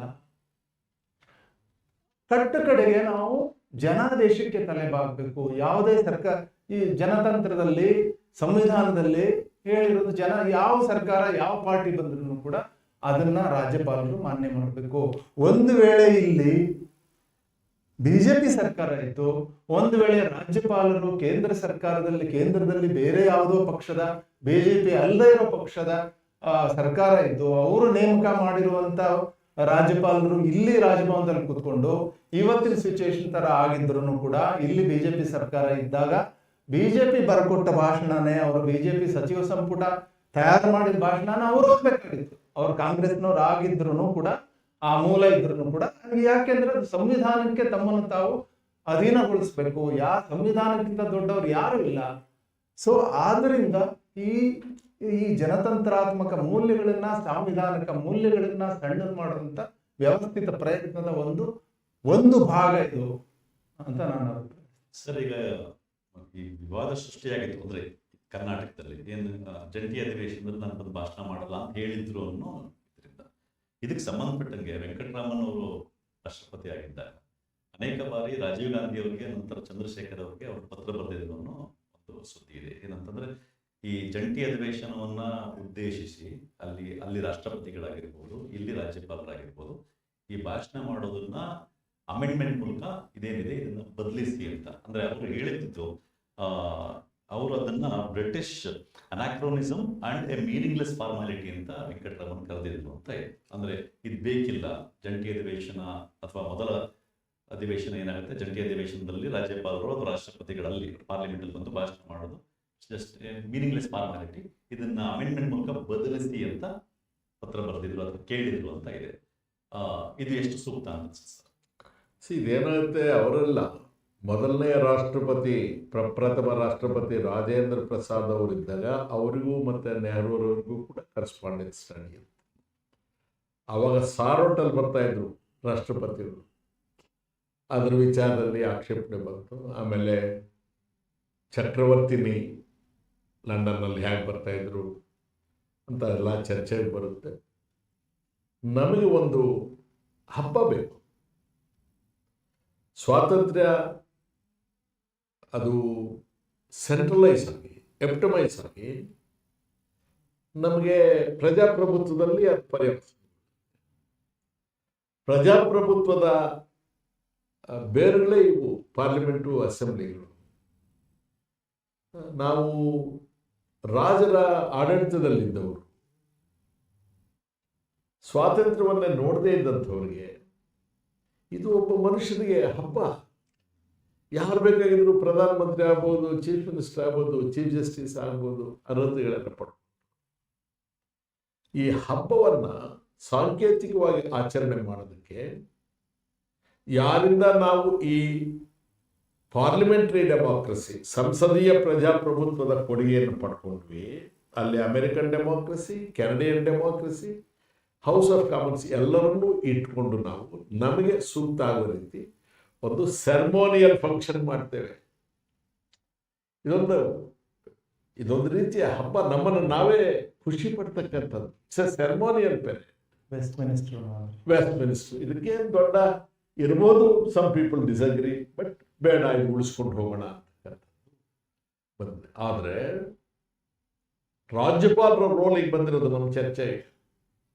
ಎಸ್, 57ನಲ್ಲಿ ನಮೂದ್ರಿಪಾದ್ ಅವರು ಕಮ್ಯುನಿಸ್ಟ್ ಪಕ್ಷದ ಮುಖಂಡರಾಗಿ ಚೀಫ್ ಮಿನಿಸ್ಟರ್ ಆಯ್ಕೆಯಾದಾಗ ಅಸೆಂಬ್ಲಿಯನ್ನು ಡಿಸಾಲ್ವ್ ಮಾಡ್ತೀವಿ. That is not A right thing. Indira Gandhi ಅವರು ಪ್ರೈಮ್ ಮಿನಿಸ್ಟರ್ ಆಗಿದ್ದಾಗ ಕರುಣಾನಿಧಿಯವರ ಸರ್ಕಾರವನ್ನು ವಜಾ ಮಾಡಿದ್ವಿ. ಈ ಮಧ್ಯೆ ಅನೇಕ ಸರ್ಕಾರಗಳು ಹಾಗಾಗಿತ್ತು. ಸೊ ಇದೆಲ್ಲ ಆದಮೇಲೆ ಏನಾಯಿತು, ಸರ್ಕಾರಿ ಕಮಿಷನ್ ಅಪಾಯಿಂಟ್ ಆಯಿತು. ಆರ್ಟಿಕಲ್ 356 ರಾಜ್ಯ ಸರ್ಕಾರವನ್ನು ರದ್ದುಗೊಳಿಸಿ ಅಸೆಂಬ್ಲಿಯನ್ನು ವಿಸರ್ಜನೆಗೊಳಿಸ್ತಕ್ಕಂಥ ಅಧಿಕಾರ ಏನು, ಒಂದು ರಿಪೋರ್ಟನ್ನು ತರಿಸ್ಕೊಂಡು ಗವರ್ನರಿಂದ ಮಾಡುವ ಒಂದು ಅವಕಾಶ ಇತ್ತು. I am not going to details. ಇದನ್ನು ತಿದ್ದುಪಡಿಗೆ ಒಳಪಡಿಸಬೇಕು. ಇದು ಬಹಳ ಅವ್ಯಾಹತವಾಗಿ ದುರುಪಯೋಗ ಆಗ್ತಾ ಇರ್ತಕ್ಕಂಥ ಪ್ರಾವಿಷನ್ ಅಂತ ಹೇಳಿ ಅಲ್ಲಿಂದ ಆಚೆಗೆ ಅದಕ್ಕೆ ಸ್ವಲ್ಪ ನಿರ್ಬಂಧಗಳು ಬಿದ್ದು, ಅವ್ರು ಮಾಡಿದ್ದನ್ನೇ ನಾವು ಮಾಡ್ತೀವಿ ಅಂತ ಇವ್ರು ಹೇಳಿದ್ರೆ it is not correct. It is not correct. ಪ್ರಜಾಪ್ರಭುತ್ವವನ್ನು ಮತ್ತಷ್ಟು ಸುಭದ್ರಗೊಳಿಸುವ ರೀತಿಯಲ್ಲಿ ನಾವು ಕೆಲಸ ಮಾಡಬೇಕು ಹೊರತು ಈ ದೇಶದ ಸಮಗ್ರತೆಯನ್ನು ಛಿದ್ರಗೊಳಿಸ್ತಕ್ಕಂಥದ್ದು, ಪ್ರಜಾಪ್ರಭುತ್ವವನ್ನು ಸಡಿಲಗೊಳಿಸ್ತಕ್ಕಂಥದ್ದು, ಉಮಾಪತಿಯವರು ಹೇಳಿದಂತೆ ಒಂದೇ ದೇಶ, ಒಂದೇ ಭಾಷೆ, ಒಂದೇ ಹಬ್ಬ, ಒಂದೇ ಬಟ್ಟೆ, ಒಂದೇ ಊಟ, ಒಂದೇ ಚುನಾವಣೆ. ಏನಪ್ಪ ಹಿಟ್ಲರ್ ಆಗಿ ಕೊಟ್ಟಿದ್ರೆ ನೀವು? ಹಿಟ್ಲರಿಗೆ ಅದು ಓಕೆ ಹೇಳಿ, ಡಿಕ್ಲೇರ್ ಮಾಡಿ, ಎಸ್ ನಾವು ಹಿಟ್ಲರ್ ಸಂಸ್ಕೃತಿಯವರು, ನಮ್ಮದು ಇದೇ ಸಿದ್ಧಾಂತ. ನೋಡ ಜನ ಏನ್ ಮಾಡ್ತಾರೆ. ಅಂಗಿ ಇಲ್ಲದೆ ಒಂದು ಸಣ್ಣದೊಂದು ಪುಟ್ಗೋಸಿ ಇಟ್ಕೊಂಡು ಒಂದು ಟವಲ್ ಹಾಕೊಂಡಿದ್ದಂಥವನ್ನ ದೇಶದ ತಂದೆ ಅಂತ ಒಪ್ಕೊಂಡಂತ ಮಹಾನ್ ಹೃದಯವಂತರು ಈ ದೇಶದ ಜನ. ಇಷ್ಟೆಲ್ಲ ಮಾತಾಡ್ತಾರಲ್ಲ. ಅಂಬೇಡ್ಕರ್ ಒಬ್ಬ ಪರಿಶಿಷ್ಟ ಜಾತಿಯವರು, ಅಸ್ಪೃಶ್ಯರು. ಅವರ ನೇತೃತ್ವದಲ್ಲಿ ಸಿದ್ಧಪಡಿಸಿದ ಸಂವಿಧಾನ ಇಲ್ಲ, ನಾವ್ಯಾರು ಒಪ್ಕೊಳ್ಳೋದಿಲ್ಲಪ್ಪ, ಇದೊಬ್ಬ ಅಸ್ಪೃಶ್ಯ ಮಾಡಿ ಹೇಳಿದ್ರ ಧೈರ್ಯ ಇದೆಯಾ ನಿಮಗೆ? ಹಿಟ್ಲರ್ ಅಂತ ಹೇಳ್ಕೊಳ್ಳೋ ಧೈರ್ಯ ಇಲ್ಲ, ಗಾಂಧಿನ ಒಪ್ಕೊಳ್ಳೋ ಮನಸ್ಸಿಲ್ಲ, ಅಂಬೇಡ್ಕರ್ ಅವರು ಬರೆದಿದ್ದನ್ನು ಅನುಸರಿಸೋ ಯೋಗ್ಯತೆನೂ ನಿಮಗಿಲ್ಲ. ಏನಿವೆಲ್ಲ? This are all indirect methods. ಈ ದೇಶದ ಜನರ ಮುಂದೆ ನಡೆಯೋದಿಲ್ಲ. ನಡೀತಿದ್ರು ಟೆಂಪರರಿ ಆಗಿರ್ಬೋದು. ಹೌದು. ಈಗ ನಾವು ಬರೋಣ, ವಿಲ್ ಡಿಸ್ಕಸ್. ಆರ್ಥಿಕ ವರ್ಷ ಯಾವಾಗ ಪ್ರಾರಂಭ ಆಗುತ್ತೆ, ಯಾವಾಗ ಕೊನೆ ಆಗುತ್ತೆ? ಏಪ್ರಿಲ್ 1ಕ್ಕೆ ಪ್ರಾರಂಭ ಆಗುತ್ತೆ, ಮಾರ್ಚ್ 31ಕ್ಕೆ ಅಷ್ಟೇ. ಈಗ ಜನವರಿ 22 ಇವತ್ತು. ನಾವು ಈ ವರ್ಷದ ಚಟುವಟಿಕೆ ಪ್ರಾರಂಭ ಮಾಡಬೇಕಾಗಿದ್ರೆ ರಾಜ್ಯಪಾಲರ ಭಾಷಣ ಆಗಲೇಬೇಕು. ಅದರ ಮೇಲೆ ವಂದನಾ ನಿರ್ಣಯ, ಚರ್ಚೆ, ಅದು 8 ದಿವಸ 10 ದಿವಸ ಅವರಿಷ್ಟ, ಅವ್ರು ಯಾವಾಗ ಮಾಡ್ತಾರೆ ಮಾಡ್ತಾರೆ. ಇದಾದ ಮೇಲೆ ನೆಕ್ಸ್ಟ್ ಇಮ್ಮಿಡಿಯೇಟ್ ರೆಸ್ಪಾನ್ಸಿಬಿಲಿಟಿ ರಾಜ್ಯದ ಬಜೆಟ್ ಅನ್ನು ಮಂಡಿಸಬೇಕು. ರಾಜ್ಯದ ಬಜೆಟ್ ಅನ್ನ ಗವರ್ನರ್ ಅವರ ಗಮನಕ್ಕೆ ತರದಂತೆ ಮಾಡಕ್ ಬರೋದಿಲ್ಲ. ಬೇಡಿಕೆಗಳ ಏನು ಡಿಮಾಂಡ್ಸ್ ಡೀಟೇಲ್ಸ್ ಇರ್ತವೆ ಇವೆಲ್ಲವೂ ಅವ್ರ ಗಮನಕ್ಕೆ ಹೋಗ್ಬೇಕು. ಪವರ್ಸ್ ಆಫ್ ಗವರ್ನರ್ ಅಲ್ಲಿ ಬಜೆಟ್ ನ ಸೂಪರ್ವೈಸ್ ಮಾಡ್ತಕ್ಕಂಥ ಪವರ್ಸು ಅವ್ರಿಗಿರುತ್ತೆ. ಹಳಿ ತಪ್ಪಿದ್ದೀರಿ, ಹಾದಿ ತಪ್ಪಿದ್ದೀರಿ, ಹೊರಟೋಗ್ತಾ ಇದೆ ಈ ರಾಜ್ಯ, ಹೀಗೆ ಮಾಡಕ್ ಬರೋದಿಲ್ಲ, ನಾನು ರಾಜ್ಯಾಂಗದ ಪ್ರತಿನಿಧಿಯಾಗಿ ಇದನ್ನು ಒಪ್ಪೋದಿಲ್ಲ. You can always object, you can always guide and direct. Budget ಮಂಡನೆ ಆಗಬೇಕು. ಬಜೆಟ್ ಮಂಡನೆ ಆಗೋದಕ್ಕೆ ಮೊದಲು ಯಾರು ಫೈನಾನ್ಸ್ ಮಿನಿಸ್ಟರ್ ಆಗಿರ್ತಾರೆ ಅವರು ರಾಜ್ಯದ ಎಲ್ಲ ಇಲಾಖೆಗಳ ಅಧಿಕಾರಿಗಳನ್ನು ಕರೆಸ್ಬೇಕು. ಏನು ಹೋದ ವರ್ಷದಲ್ಲಿ ನಿಮ್ಗೆ ಏನು ಕೊಟ್ಟಿದ್ದೆ, ನೀವೇನು ಖರ್ಚು ಮಾಡಿದ್ದೀರಿ, ಏನು ತಪ್ಪು ಮಾಡಿದ್ದೀರಿ, ನಿಮ್ಗೆ ಏನು ಬೇಕಾಗುತ್ತೆ, ನಿಮ್ಮ ಹೊಸ ಯೋಜನೆಗಳೇನು ಅಂತ ಕೇಳಬೇಕು. ತಮ್ಮ ಸಹೋದ್ಯೋಗಿ ಮಂತ್ರಿಗಳ ಹತ್ರ ಚರ್ಚೆ ಮಾಡಬೇಕು. ಶಾಸಕಾಂಗ ಪಕ್ಷದಲ್ಲಿ ಚರ್ಚೆ ಮಾಡಬೇಕು. ಒಂದು ವೇಳೆ ತನ್ನ ಪಕ್ಷದ ಅಧಿಷ್ಠಾನ ವರ್ಗದವ್ರಿಗೆ ಏನಾದರೂ ಹೊಸ ಇದನ್ನು ಮಾಡಪ್ಪ, ಪಕ್ಷದ ಗೌರವ ಬರುತ್ತೆ ಅಂತಂದ್ರೆ, ಹೆಚ್ಚಾಗುತ್ತೆ ಅಂದ್ರೆ ಅವ್ರು ಹೇಳಿದ ಮಾತು ಇವೆಲ್ಲ ಮಾಡಿಕೊಂಡು ನೀನು ಬಜೆಟ್ ಪ್ರಿಪೇರ್ ಮಾಡಿದ ಮೇಲೆ ಬಜೆಟ್ ಮೇಲೆ ಜನರಲ್ ಡಿಸ್ಕಷನ್ ಆಗಬೇಕು. ಬಜೆಟ್ ಮೇಲೆ ಜನರಲ್ ಡಿಸ್ಕಷನ್ಸ್ ಆದ್ಮೇಲೆ ಬೇಡಿಕೆಗಳು ಚರ್ಚೆಗೆ ಬರಬೇಕು. ಬೇಡಿಕೆಗಳೆಲ್ಲ ವಿಧವಾಗಿ ಎಲ್ಲವೂ ಕೂಡ ಬಿಡಿಯಾಗಿ ಎಲ್ಲ ಬೇಡಿಕೆಗಳು ಚರ್ಚೆ ಆದಮೇಲೆ ಒಟ್ಟು ಎಲ್ಲ ಬೇಡಿಕೆಗಳನ್ನ ಸೇರಿಸಿ ಧನ ವಿನಿಯೋಗ ಮಸೂದೆ ಆಗಬೇಕು. ಧನ ವಿನಿಯೋಗ ಮಸೂದೆ 31 ಮಾರ್ಚಿನ ಒಳಗಾಗಿ ಮೇಲ್ಮನೆಗೂ ಹೋಗಿ ವಾಪಸ್ ಬಂದು ಗವರ್ನರ್ ಹತ್ರಕ್ಕೆ ಹೋಗಿ ಬಂದ್ರೆ 1ನೇ ತಾರೀಕಿನ ಸರ್ಕಾರ ಇರುತ್ತಿಲ್ಲ, ಸರ್ಕಾರ ಇರೋದಿಲ್ಲ. ನಿಮಗೆ ರಾಜ್ಯಾಂಗದ ಪ್ರತಿನಿಧಿಯಾಗಿ ಟೈಮ್ ಎಷ್ಟಿದೆ, ಜವಾಬ್ದಾರಿ ಗೊತ್ತಾಗತ್ತಪ್ಪ.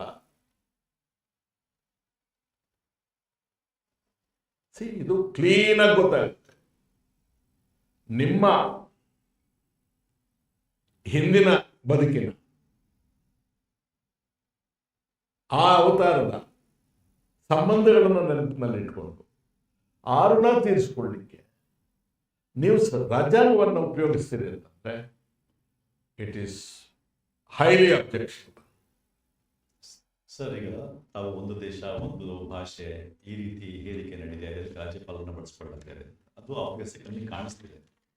ರಾಜ್ಯಪಾಲರಷ್ಟೇ ಮುಖ್ಯವಾಗಿ ಇಡಿ, IT, CBI ಈ ರೀತಿ ಎಲ್ಲ ಸಂಸ್ಥೆಗಳನ್ನೇ ಎಲೆಕ್ಷನ್ ಕಮಿಷನ್ ನೀವು ಹೇಳಿದ್ರಿ ಎಲ್ಲನೂ ಬಳಸ್ಕೊಂಡು ಇಡೀ ದೇಶದಲ್ಲಿ ಒಂದು ದೇಶ ಇಡೀ ದೇಶದ ಎಲ್ಲ ಕಡೆ ಒಂದೇ ತಾವು ಮಾತ್ರ ಅಧಿಕಾರದಲ್ಲಿರಬೇಕು ಅನ್ನೋದನ್ನ ಕೈಂಡ್ ಆಫ್ ಎಮರ್ಜೆನ್ಸಿನ ಪರೋಕ್ಷವಾಗಿ ಜಾರಿಗೆ ತನ್ನ ವಿರುದ್ಧ ಯಾರು ಮಾತಾಡಬಾರ್ದು ಅಂತ. ಒಂದು ಕಡೆ ಕಾವಂಗನ ಕನತುಂಗ ಅನ್ನೋದು ಇನ್ನೊಂದು ಕಡೆ ವಿರೋಧ ಪಕ್ಷದಲ್ಲಿ ಅತ್ಯಂತ ಭ್ರಷ್ಟಾತಿ ಅಂತ ತಾವೇ ಹೇಳಿದ್ದವ್ರನ್ನೇ ಕರ್ಕೊಂಡು ಬಂದು ಒಳ್ಳೆ ಅಧಿಕಾರ ಕೊಟ್ಟು ಅವ್ರನ್ನ ತನಿಖೆಗಳನ್ನು ನಿಲ್ಲಲಾಗ್ತಾ ಇದೆ.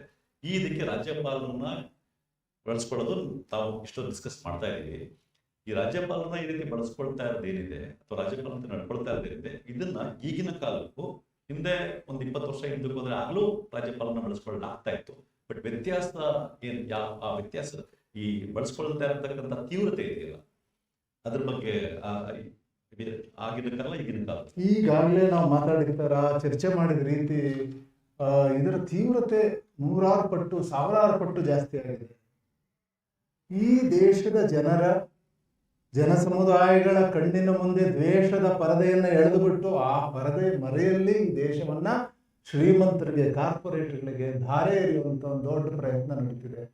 ಈ ದೇಶದ ಆದಿವಾಸಿಗಳು, ಈ ದೇಶದ ತಬ್ಬಲಿ ಸಮುದಾಯಗಳು, ದಲಿತರು, ಬಡವರ್ಗಗಳು, ರೈತರು ಇವರನ್ನೆಲ್ಲ ತುಳಿದಿಡೋ ಪ್ರಯತ್ನ ನಡೀತಾ ಇದೆ. ಡೆಲ್ಲಿನಲ್ಲಿ ನಡೆದಂಥ ರೈತ ಚಳವಳಿನ ಯಾವ ರೀತಿ ವರ್ಷಗಳ ಕಾಲ ಅದನ್ನು ಮಣಿಸುವಂತ ಪ್ರಯತ್ನ ಮಾಡಿ ಕಡೆಗೆ ವಿಧಿ ಇಲ್ಲದೆ ತಾವೇ ಮೊಣಕಾಲೂರುವ ಪ್ರಸಂಗ ಬಂತು ಅಂತ ನಾವು ನೋಡಿದ್ದೀವಿ.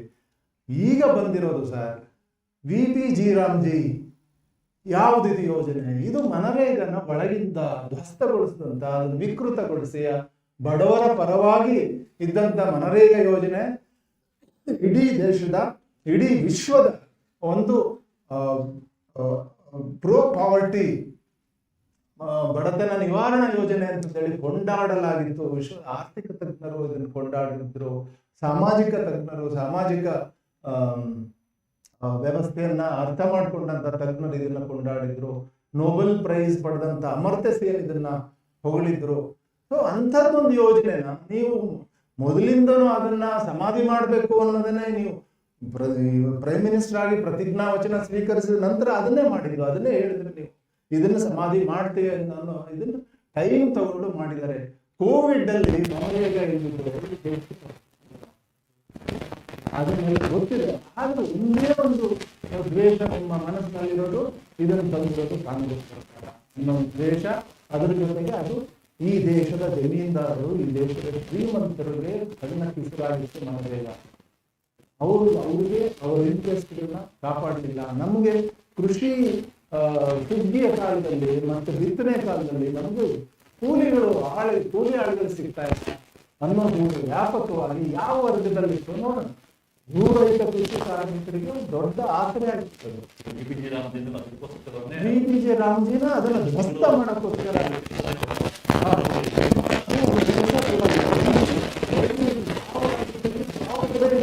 ಈ ಕರ್ನಾಟಕ ರಾಜ್ಯದಲ್ಲಿ ಸರ್ಕಾರ ವಿಧಾನ ಮಾಡುತ್ತೆ. ಯಾವ ಪ್ರದೇಶದಲ್ಲಿ ನಾವು ಅವರ ಜಾರಿ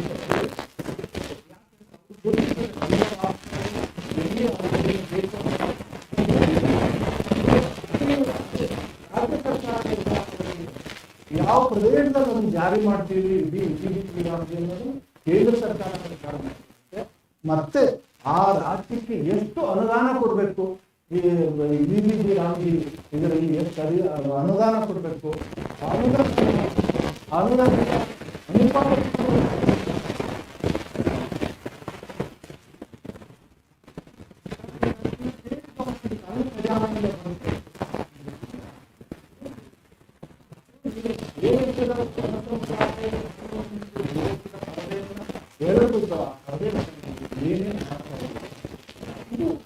ರಾಜ್ಯಪಾಲರ ಹುದ್ದೆಯ ದುರುಪಯೋಗ ಕೂಡ ಅದರಲ್ಲೂ ಒಂದಾಗುತ್ತೆ. ರಾಜ್ಯಪಾಲರು, ರಾಷ್ಟ್ರಪತಿಯವರು ultimately they are bound by the aid and advice of council of ministers. ಇದು ಸಂವಿಧಾನ ಬರೆದಿರೋದು. ಇದನ್ನ ಏನ್ ಮಾಡ್ತಾ ಇದ್ರಿ ನೀವು? ಎಲ್ಲಿಗೆ ತಗೊಂಡು ಹೋಗ್ತಾ ಇದ್ರಿ? ಈಗಾಗಲೇ ರಮೇಶ್ ಕುಮಾರ್ ಸರ್ ಹೇಳಿರ್ತಾರ, ಈ ದೇಶದ ಜನದ ಚೈತನ್ಯದಲ್ಲೇನೆ ಜನತಂತ್ರಾತ್ಮಕ ಭಾವನೆ, ಮೌಲ್ಯ ಅದನ್ನು ಮೆಚ್ಚುವಂಥದ್ದು ಅಡಗಿದೆ. ಸೊ ಇತಿಹಾಸದಿಂದ ನಾವು ಪಾಠ ಕಲಿಬೇಕು. ಇಂದಿರಾ ಗಾಂಧಿ ಅವರ ಎಮರ್ಜೆನ್ಸಿ 18 ತಿಂಗಳಿದ್ರೆ, ನಿಮ್ಮ ಎಮರ್ಜೆನ್ಸಿ 12 ವರ್ಷದಿಂದ ಜಾರಿನಲ್ಲಿದೆ.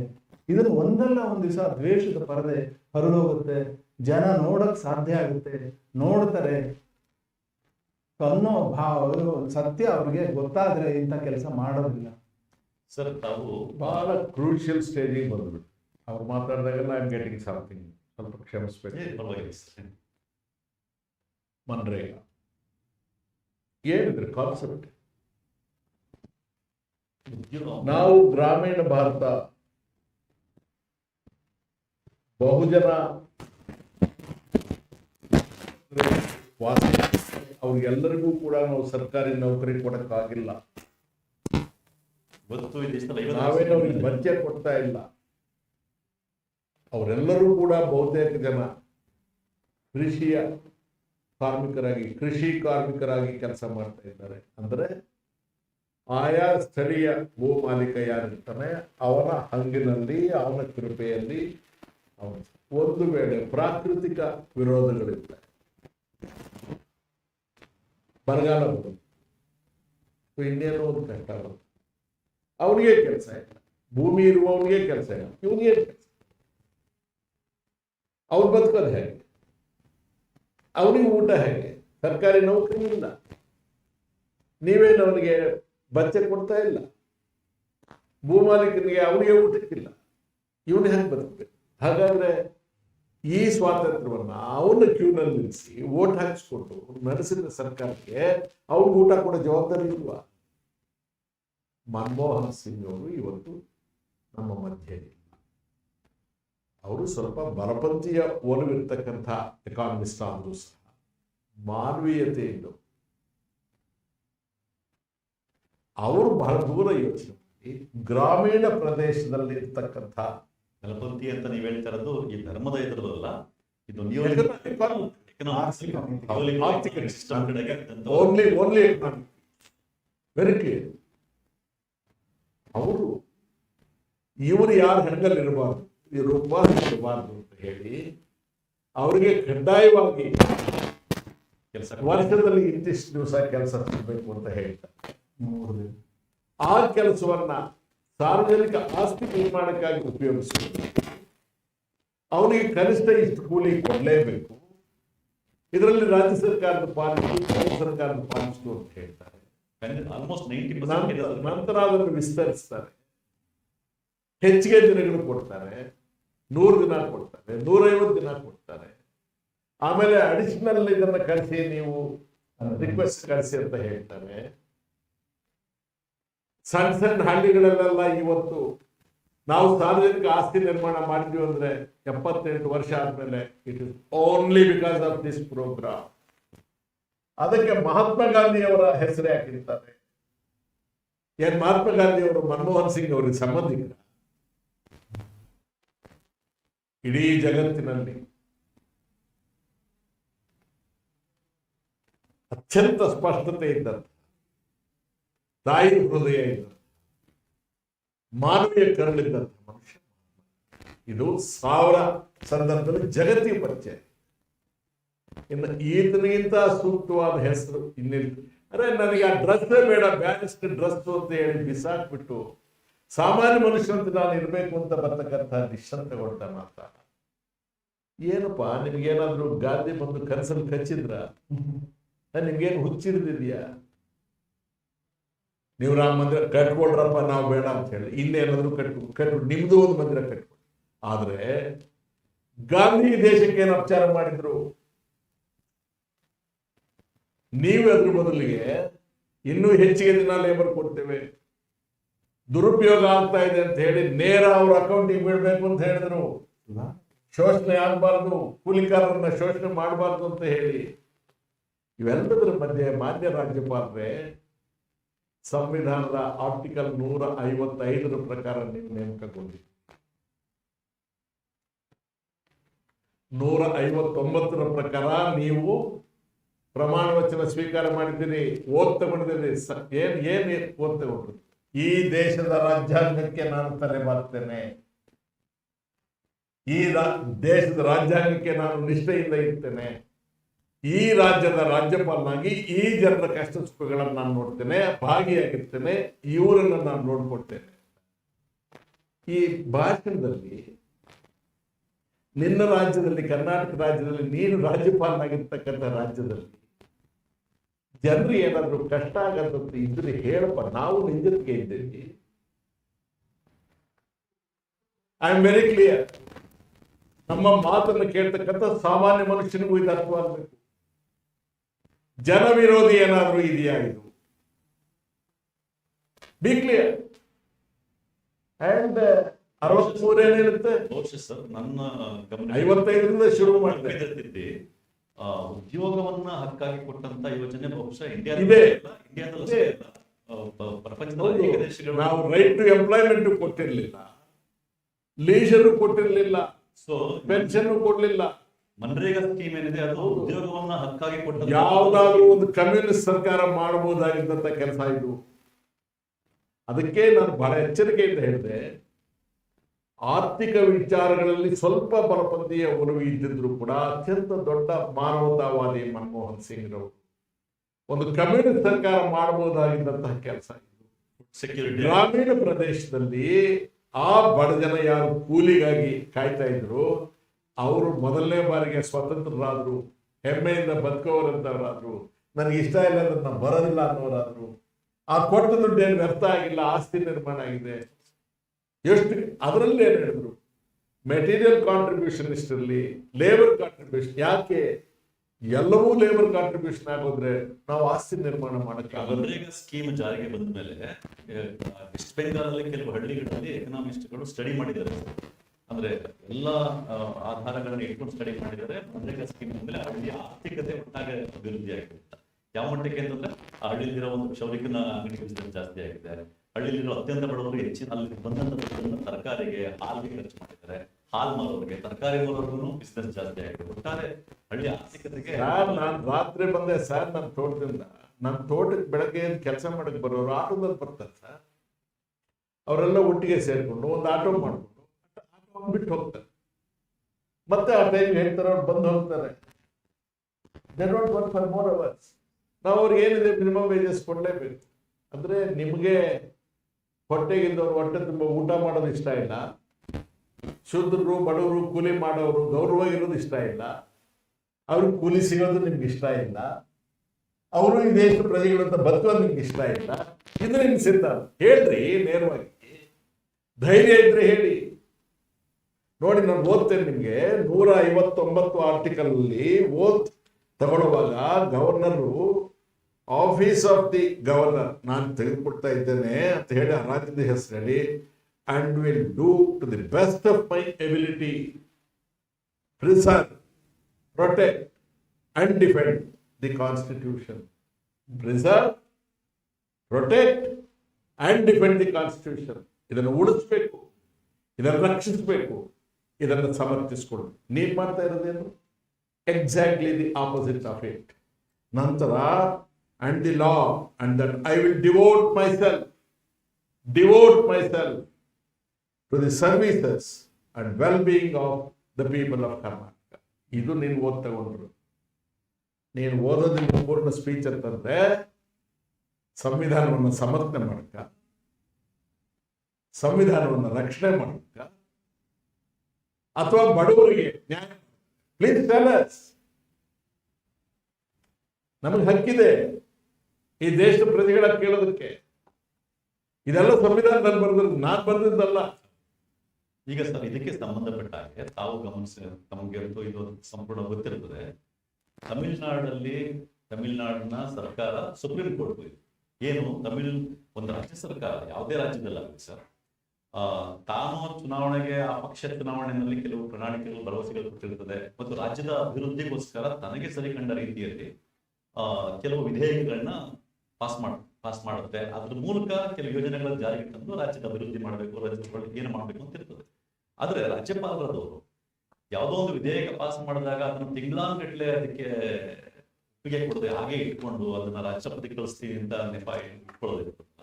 ಇದೇ ವಿಷಯಕ್ಕೆ ತಮಿಳುನಾಡು ಸುಪ್ರೀಂ ಕೋರ್ಟ್ ಹೋದಾಗ ತನ್ನ ಇಂಟರಿಮ್ ಇದರಲ್ಲಿ ಸುಪ್ರೀಂ ಕೋರ್ಟ್ ಹೇಳುತ್ತೆ, ಇದು ತಪ್ಪಿದು, 3 ತಿಂಗಳ ಕಾಲ ರಾಜ್ಯಪಾಲರು ಅದಕ್ಕೆ ಅನುಮತಿ ಕೊಡ್ಲಿಲ್ಲ ಅಂದ್ರೆ ಆಟೋಮೆಟಿಕ್ ಇಂಪ್ಲಿಮೆಂಟ್ ಆಗ್ಬೇಕು ಅಂತ ಹೇಳುತ್ತೆ. ಬಟ್ ಫೈನಲ್ ಜಡ್ಜ್ಮೆಂಟ್ ಅಲ್ಲಿ ಅಗೈನ್ ರಾಜ್ಯಪಾಲರಿಗೆ ಅದು ಸಂಪೂರ್ಣ ಅಧಿಕಾರ ಇರುತ್ತೆ, ಯಾವಾಗ ಬೇಕಾದ್ರೂ ಮಾಡೋದು ಅಂತ ಹೇಳ್ಬಿಡುತ್ತೆ. ಆದ್ರೆ ತಾವು ಹೇಳಿದ್ರಿ, ಒಂದು ಸಾಂವಿಧಾನಿಕ ಹುದ್ದೆಲಿದ್ದು ರಾಜ್ಯಪಾಲರು ರಾಜ್ಯ ಸರ್ಕಾರ ಏನು ತಾನು ಕೆಲಸ ಮಾಡಬೇಕು ಅದಕ್ಕೆ ಪೂರಕವಾಗಿ ವರ್ತಿಸ್ಬೇಕಾಗ್ತದೆ ಅಂತ ಹೇಳ್ತಾರೆ. ಆದ್ರೆ ರಾಜ್ಯ ಸರ್ಕಾರ ತನ್ನ ಜನಗಳ ಅಭಿವೃದ್ಧಿಗೆ ಯಾವುದೋ ಒಂದು ವಿಧೇಯಕವನ್ನು ಪಾಸ್ ಮಾಡಿದಾಗ ಅದನ್ನ ರಾಜ್ಯಪಾಲರು ಹಿಂಗೆ ಹಿಡಿದಿಟ್ಕೊಂಡ್ರೆ ಅದನ್ನು ಸುಪ್ರೀಂ ಕೋರ್ಟ್ ಎಷ್ಟು ಬೇಕಾದ ದಿನ ಹಿಡಿದಿಟ್ಕೋಬಹುದು ಅಂತ ಆಗ್ಬಿಟ್ರೆ ಈಗ ಏನಾಗ್ತಾ ಇದೆ ಅಂತಂದ್ರೆ ರಾಜ್ಯಪಾಲರುಗಳು ತಮಗೆ ಇಷ್ಟ ಇಲ್ಲದಿರೋ ವಿರೋಧ ಬೇರೆ ಯಾವುದೋ ಪಕ್ಷ ಅಧಿಕಾರದಲ್ಲಿದ್ದಾಗ ಅವ್ರು ಏನ್ ಅಂದ್ರೆ ಅವರ ಒಳ್ಳೆ ಕೆಲಸ ಅಂತಾನೆ ಅನುಕೂಲ ಯಾವುದೋ ಒಂದು ರಾಜ್ಯಕ್ಕೋಸ್ಕರ ಕೆಲಸ ಮಾಡೋದಕ್ಕೆ ಬಿಡದೇ ಇಲ್ಲ ನನಗೆ. ಇದನ್ನ ಯಾವ ರೀತಿ ನೋಡ್ಬೇಕು? ರಾಜ್ಯಪಾಲರನ್ನ ಕೇಂದ್ರ ಸರ್ಕಾರಗಳು ದುರುಪಯೋಗ ಪಡಿಸಿಕೊಂಡಂತಹ ಅಥವಾ ಪ್ರಯತ್ನ ಮಾಡಿದಂತಹ ಘಟನೆಗಳು ನನಗೆ ತಿಳಿದ ಹಾಗೆ ನಾನು ಒಂದು ಕ್ಷಣ ಕಾಂಗ್ರೆಸ್ನವನು ಅಂತ ಮರೆತು ಮಾತಾಡ್ತೇನೆ. 1983ನೇ ಇಸ್ವಿಯಲ್ಲಿ ದಿವಂಗತ ರಾಮಕೃಷ್ಣ ಹೆಗಡೆ ಅವರು ಮುಖ್ಯಮಂತ್ರಿ ಆಗಿದ್ದಾಗ ನಾವು ಅವಾಗೆಲ್ಲ ಜನತಾ ಪಕ್ಷದಲ್ಲಿ ನನ್ನ ಹಿರಿಯಣ್ಣ ದಿವಂಗತ ಅಬ್ದುಲ್ ನಜೀರ್ ಸಾಹೇಬರು ಗ್ರಾಮೀಣ ಅಭಿವೃದ್ಧಿ ಮಂತ್ರಿಗಳಾಗಿ ಬಹಳ ಪರಿಣಾಮಕಾರಿಯಾದಂತಹ ತಿದ್ದುಪಡಿಯನ್ನ ಗ್ರಾಮ ಸ್ವರಾಜ್ಯ ಶಾಸನಕ್ಕೆ ತಂದಿದ್ದರು.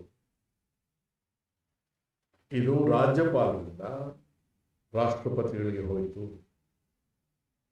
ಎಷ್ಟು ದಿವಸವಾದರೂ ಇದಕ್ಕೆ ಸ್ಪಂದನೆ ಸಿಗಲಿಲ್ಲ.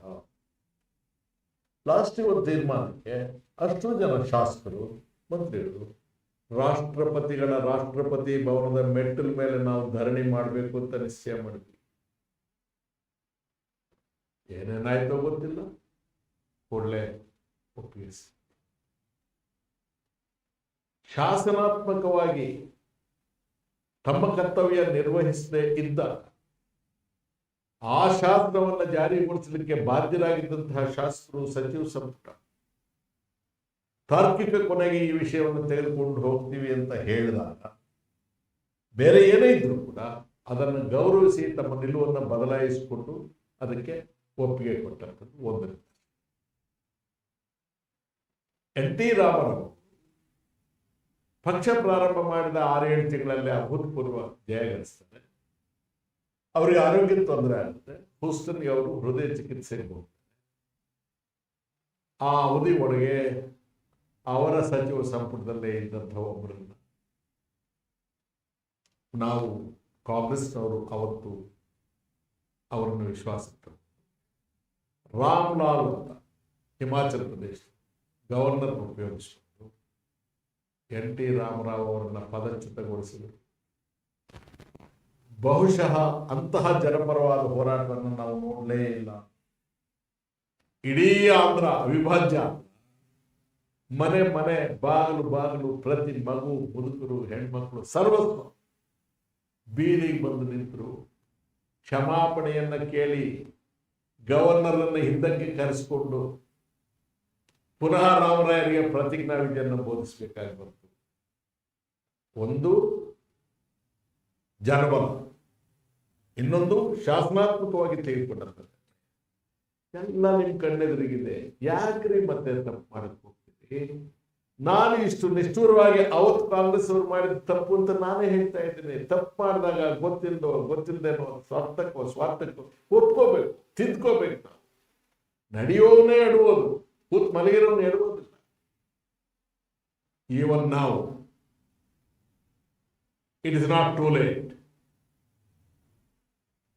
ನಿಮ್ಮ ಓತ್ ಏನಿದೆ ಆರ್ಟಿಕಲ್ 159ರ ಪ್ರಕಾರ ನೀವು ಬೋಧಿಸಿಕೊಂಡ ಪ್ರಮಾಣ ವಚನ ಏನಿದೆ ಅದಕ್ಕೆ ನಿಷ್ಠೆಯಿಂದ ಯಾವ ಮುಖ್ಯ ನ್ಯಾಯಾಧೀಶರ ಎದುರಿನಲ್ಲಿ ನೀವು ಪ್ರಮಾಣ ಮಾಡಿ ಈ ದೇಶದ ರಾಜ್ಯಾಂಗಕ್ಕೆ ನಿಷ್ಠೆಯಿಂದ ಇರ್ತೇನೆ, ಈ ಭಾಗದ ಜನರಿಗೆ ನ್ಯಾಯ ಮಾಡ್ತೇನೆ, ಇವ್ರ ಕಷ್ಟ ವಿಚಾರಿಸಿ ಅದರಂತೆ ನೀವು ನಡ್ಕೊಳ್ಳಿ. ಒಂದು ವೇಳೆ ಈ ಭಾಷಣದಲ್ಲಿ ಅದಕ್ಕೆ ವಿರುದ್ಧವಾಗಿರ್ತಕ್ಕಂಥ ಅಂಶಗಳನ್ನು ಬಹಿರಂಗಪಡಿಸಿ ನಿಮ್ಮ ಪೂರ್ವಾಶ್ರಮದ ನಿಷ್ಠೆಗಳನ್ನ ಚಪಲಗಳನ್ನ ತೀರಿಸಿಕೊಳ್ಳಿಕ್ಕೆ ರಾಜಭವನ ನಿಮಗೆ ಆಶ್ರಯ ತಾಣ ಅಲ್ಲ. ಹೊರಬಂದು ತಾವು ನಿದರ್ಶನ ಕೊಟ್ರೆ ಆಂಧ್ರ ಪ್ರದೇಶದ ಬೀದಿಗಿಳಿದಾಗ ಅನಿವಾರ್ಯವಾಗಿ ಅವರು ತಲೆ ಬಗ್ಗಿಸ್ಬೇಕಾಯಿತು. ಆದ್ರೆ ಇವತ್ತು ಬರ್ತಾ ಏನಾಗ್ತಿದೆ ಅಂತಂದ್ರೆ ಜನರೇ ಬೀದಿಗಿಳಿಯುವ ಇದು ಸ್ವಲ್ಪ ಕಡಿಮೆ ಆಗಿದೆ. ಚಳುವಳಿಗಳ ತೀವ್ರತೆ ಇರ್ಬೋದು. ಡೆತ್ ಆಫ್ ಪ್ರೊಟೆಸ್ಟ್ ಅಂತ ಒಬ್ಬರು ಪುಸ್ತಕ ಕೂಡ ಬರೀತಾರೆ ಇತ್ತೀಚೆಗೆ. ಆಕ್ಯುಪೈ ವಾಲ್ ಸ್ಟ್ರೀಟ್ ಅನ್ನ ಆರ್ಗನೈಸ್ ಮಾಡಿದಂಥವ್ರು ಡೆತ್ ಆಫ್ ಪ್ರೊಟೆಸ್ಟ್, ಈಗಿನ ಪ್ರೊಟೆಸ್ಟ್ ನಡೆಯಲ್ಲ ಅಂತ. ಈ ಒಂದು ಈಗ ಪ್ರತಿಭಟನೆಗಳ ತೀವ್ರತೆ ಕಡಿಮೆ ಆಗಿರ್ತಕ್ಕಂಥ ಇಂಥ ಸನ್ನಿವೇಶದಲ್ಲಿ ರಾಜ್ಯಪಾಲರು ಆಗಿರತಕ್ಕಂಥವ್ರು ರಾಜ್ಯದ ಹಿತಕ್ಕೆ ವಿರುದ್ಧವಾಗಿ ವಿಧೇಯಕಗಳನ್ನ ಪಾಸ್ ಮಾಡದೇ ಇರೋದು ಅಥವಾ ಡಿಲೇ ಮಾಡ್ತಕ್ಕಂಥದ್ದು, ಈ ರೀತಿ ತೊಂದರೆ ಕೊಡ್ತಕ್ಕಂಥದ್ದು, ಅದರಿಂದ ಒಟ್ಟು ರಾಜ್ಯದ ಅಭಿವೃದ್ಧಿ ತೊಂದರೆ ಏನಾಗ್ತಾ ಇದೆ, ಇದನ್ನ ಈಗಿನ ಸನ್ನಿವೇಶದಲ್ಲಿ ಎದುರಿಸುವ ಬಗ್ಗೆ ಹೇಗೆ? It's leading to constitutional crisis. ಜಡ್ಜ್ಗಳು, ಕೋರ್ಟ್ಸು ಅವರು ಕೂಡ ಸಾಕಷ್ಟು ವಿಮರ್ಶೆಗೊಳಗಾಗ್ತಾ ಇದ್ದಾರೆ. ಪರ್ಸೆ ನಾನು ಜನರಲ್ ಆಗಿ ಯಾವುದೇ ಕೋರ್ಟಿನ ವಿಚಾರದಲ್ಲಿ, ಜಡ್ಜಿಗಳ ವಿಚಾರದಲ್ಲಿ ವ್ಯಾಖ್ಯಾನ ಮಾಡ್ತಾ ಇದ್ದೆ.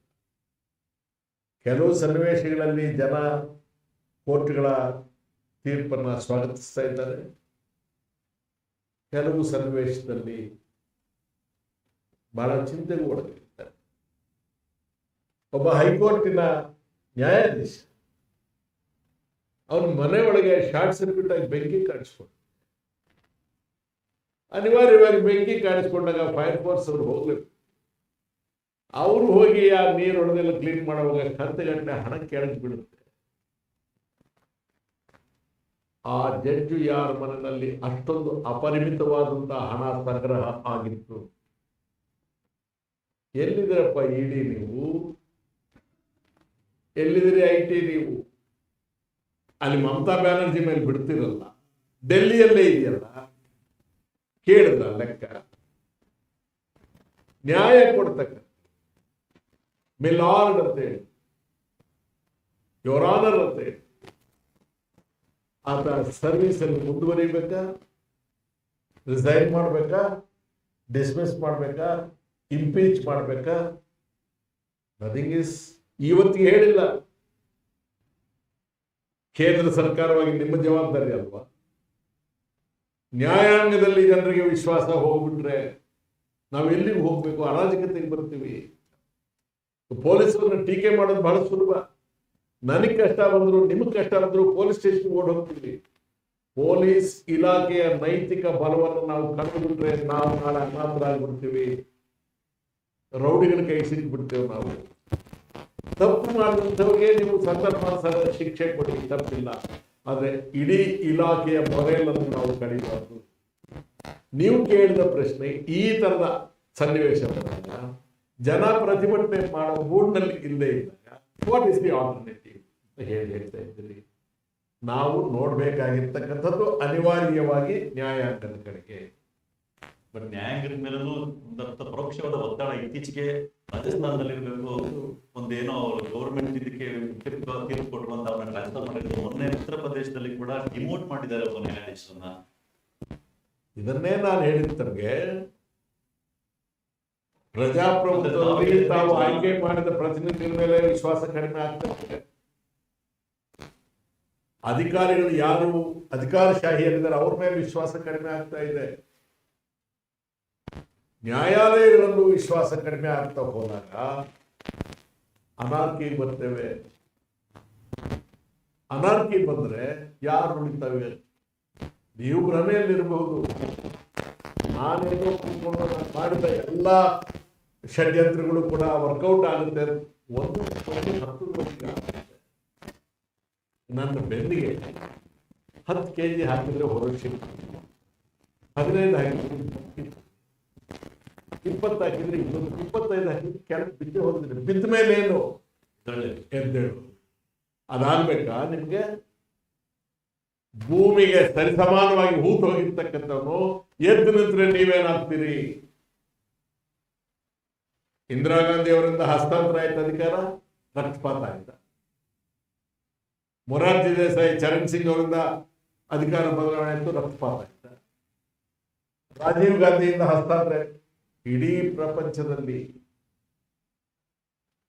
ಸಂಸದೀಯ ಪ್ರಜಾಪ್ರಭುತ್ವ ಹಿಂಸೆ ಇಲ್ಲದೆ, ರಕ್ತಪಾತ ಇಲ್ಲದೆ, ಯಾರ್ಯಾರೆಲ್ಲ ಕೂಡ ಬ್ರಿಟಿಷರ ವಸಾಹತುಗಳಾಗಿದ್ರು, ಸ್ವಾತಂತ್ರ್ಯ ಪಡ್ಕೊಂಡಿದ್ದಾರೆ, ಇವ್ರ ಪೈಕಿ ಪ್ರಜಾಪ್ರಭುತ್ವವನ್ನ ಸಂಸದೀಯ ಉಳಿಸ್ಕೊಟ್ಟಿರ್ತಕ್ಕಂಥ ಕೀರ್ತಿ ನಮ್ಮೊಬ್ಬರದೇ. ಈ ಕೀರ್ತಿ ಯಾರಿಗೆ ಹೋಗ್ಬೇಕಂದ್ರೆ ಪರೋಕ್ಷವಾಗಿ ಈ ಸಂವಿಧಾನವನ್ನ ರಚನೆ ಮಾಡಿಕೊಟ್ಟಂತ ರಚನಾ ಸಮಿತಿಗೆ ಹೋಗ್ಬೇಕು, ಡಾಕ್ಟರ್ BR ಅಂಬೇಡ್ಕರ್ ಅವ್ರಿಗೆ ಹೋಗ್ಬೇಕು. The effect of preservance of democracy in this country is mainly due to the power of the constitution. It is constitution that is powerful. It is constitution that is protected. ನಾವು ಅದನ್ನು ಗೌರವಿಸಲೇಬೇಕು. ಯಾರು constitution ಅನ್ನ ಛಿದ್ರಗೊಳಿಸೋದಕ್ಕೆ directly indirectly ಪ್ರಯತ್ನ ಮಾಡ್ತಾರೆ ಅವ್ರು ಭೂಗತ ಹೋಗ್ತಾರೆ, ಉಳಿಯೋದಿಲ್ಲ. ಅರೆ ಇಮ್ಯಾಜಿನ್, ಸಂಜಯ್ ಗಾಂಧಿ ಇಂದಿರಾ ಗಾಂಧಿ ಇಬ್ಬರನ್ನು ಕೂಡ ಲೋಕಸಭೆಗೆ ಆರಿಸಕ್ಕೆ ಬಿಡೋದಿಲ್ಲ ಅಂದ್ರೆ ಈ ದೇಶ ಜನರಿಗೆ ಪವರ್ಸ್ ಇಲ್ಲ.